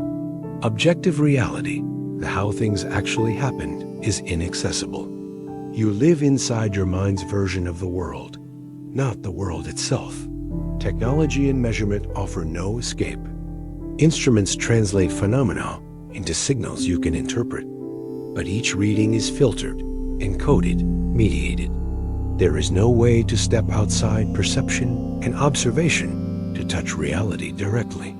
You are always interpreting, always reconstructing, always removed, and yet you trust the stability of the world. You walk, speak, interact, believing the floor supports you. The air carries sound, the sky persists. You assume continuity, permanence, objectivity. But each assumption is provisional, contingent on your senses, your brain, and the universe conspiring to behave consistently. Remove any layer perception, consciousness, laws and reality evaporates. So ask yourself, if every sensation, every memory, every measurement is mediated, constructed, filtered, probabilistic, and relative, then what certainty remains? When your brain collapses its illusions, or the universe itself bends beyond comprehension, what will you hold as real? And the question endures. If reality depends on observation and interpretation, then who, if anyone, is left to witness its collapse? You believe that the world endures, that matter persists, that life and structures can resist the passage of time. But the universe obeys a principle far more unforgiving: entropy. Disorder increases, order decays. Every structure, every organism, every system you cherish is marching toward dissolution. Nothing is exempt, nothing eternal. Thermodynamics is absolute. The second law dictates that energy disperses. Systems move from order to chaos, and isolated pockets of structure require constant input of energy to maintain. Stars burn, planets erode, cities crumble, bodies age. You resist with routine, maintenance, and planning, but these are temporary shields. Even civilization itself is subject to the inexorable drift toward disorder. Consider your own body. Cells divide imperfectly, DNA accumulates errors, tissues weaken, organs fail. You exist only as a temporary arrangement of atoms, maintained against the current of decay. Sleep and nutrition, medicine and exercise, they stave off collapse but cannot prevent it. Every heartbeat is a borrowed moment, every breath a defiance of inevitable breakdown. On a larger scale, entropy governs history. Empires rise and fall, monuments erode, knowledge is lost, languages vanish. The past is not eternal. It decays. Libraries burn, archives rot, memories fade. The collective order you inherit is fragile, temporary, and destined to dissolve into oblivion. Civilization is only ever a temporary arrangement of energy, surviving in defiance of universal decay. Even ideas cannot escape. Philosophies, theories, and scientific laws shift, fracture, and are replaced. What is true today will be obsolete tomorrow. Knowledge itself succumbs to entropy, fading, distorting, decaying into irrelevance. You inherit only a fleeting shadow of what was, a temporary organization of thought vulnerable to collapse. Physical structures are no exception. Mountains erode, rivers carve valleys, continents drift, stars die. The universe itself marches toward heat death, a state of maximum entropy where no energy gradients remain, no motion occurs, no structure survives. Even galaxies, once immense and powerful, will fade into uniformity, their matter scattered, cold, indistinguishable dot, and yet you live as though permanence is real. You build, you plan, you name, you preserve. But each act is temporary. Your home, your city, your body, your mind, all are provisional arrangements held together against the current of decay. You are an island in a flood, imagining that the flood will pause for your comfort. Even the tiniest systems betray this. Left alone, a cup of coffee cools, a pen rusts, a shadow fades. You believe you can impose order, but all control is fleeting. You are not master of your surroundings. You are a temporary participant in a process that moves relentlessly toward dissolution. And yet, the most personal systems are no exception. Memory erodes, consciousness fades, relationships dissolve. The you that reads these words is already compromised, a transient pattern of atoms and signals, maintained only temporarily in the face of relentless entropy. So ask yourself, if all matter, all life, all knowledge, all order is subject to decay, if the universe itself is destined for ultimate dissolution, then what exactly do you cling to as permanent? And what illusions of stability have you been nurturing all your life? You have traced the fractures, time bending and vanishing, consciousness splintering, memory dissolving, perception stitching gaps, identity contingent, causality uncertain, reality probabilistic, language fragile, knowledge illusory, and entropy devouring everything. Now the scaffold is gone. You stand on nothing. Consider the cosmos. Stars burn out, galaxies drift apart, black holes consume even light, and the universe expands toward emptiness. Heat death approaches. No movement, no energy gradients, no processes, no observers, no time. No, you remains. All the moments you counted, all the events you witnessed, all the meaning you assigned, they collapse into uniform silence, a cosmic tomb where even awareness is impossible.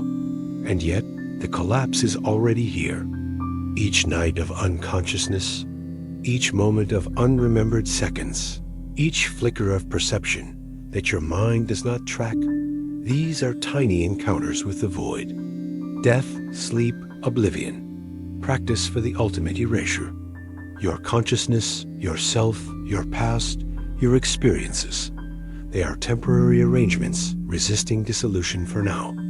But the clock of entropy, probability, and impermanence does not stop. Even your attempt to read and understand this descent participates in the collapse. Every thought, every comprehension, every recognition is fleeting. You may believe you are the observer, the I that remains anchored through comprehension, but the I is a temporary echo in a world that does not guarantee continuity. It is already dissolving, already a fragment, already a trace fading into absence. Philosophers, physicists, mystics, and psychologists have all hinted at this conclusion. Nothing persists. Nothing endures. Matter, mind, memory, identity, time, causality, all are provisional, contingent, probabilistic. You are a wave on a stormy sea, momentarily coherent, endlessly dissolving. The illusion of permanence is nothing but a mask for an inevitable void. And death personal, cosmic, abstract is merely the visible edge of the truth. You are a pattern of energy, a temporary knot in the fabric of an indifferent universe. Your actions, your memories, your consciousness already destined to unravel. The only difference between your daily life and the final collapse is scale and awareness. Not imagine the end. Not dramatic, not cinematic, not observed. Just silence, just absence, just a universe without witness, without form, without time. There will be no one to lament, no one to remember, no one to claim that anything ever existed. Even the collapse of consciousness, the void that swallows awareness, is irrelevant. Irrelevance is meaningless. Yet it is all that will remain. So you have arrived at the truth the descent has been guiding you toward. Every anchor you trusted is illusory. Every order is temporary. Every self is transient. Every perception is stitched. every memory reconstructed, every certainty provisional. Reality is fragile, fleeting, probabilistic. You are fragile, fleeting, probabilistic dot. And now ask yourself, with no words to answer, no consciousness to witness, no time to measure, when everything you are, everything you know, everything you believe dissolves into the ultimate void, who, if anyone, will recognize that anything ever existed at all?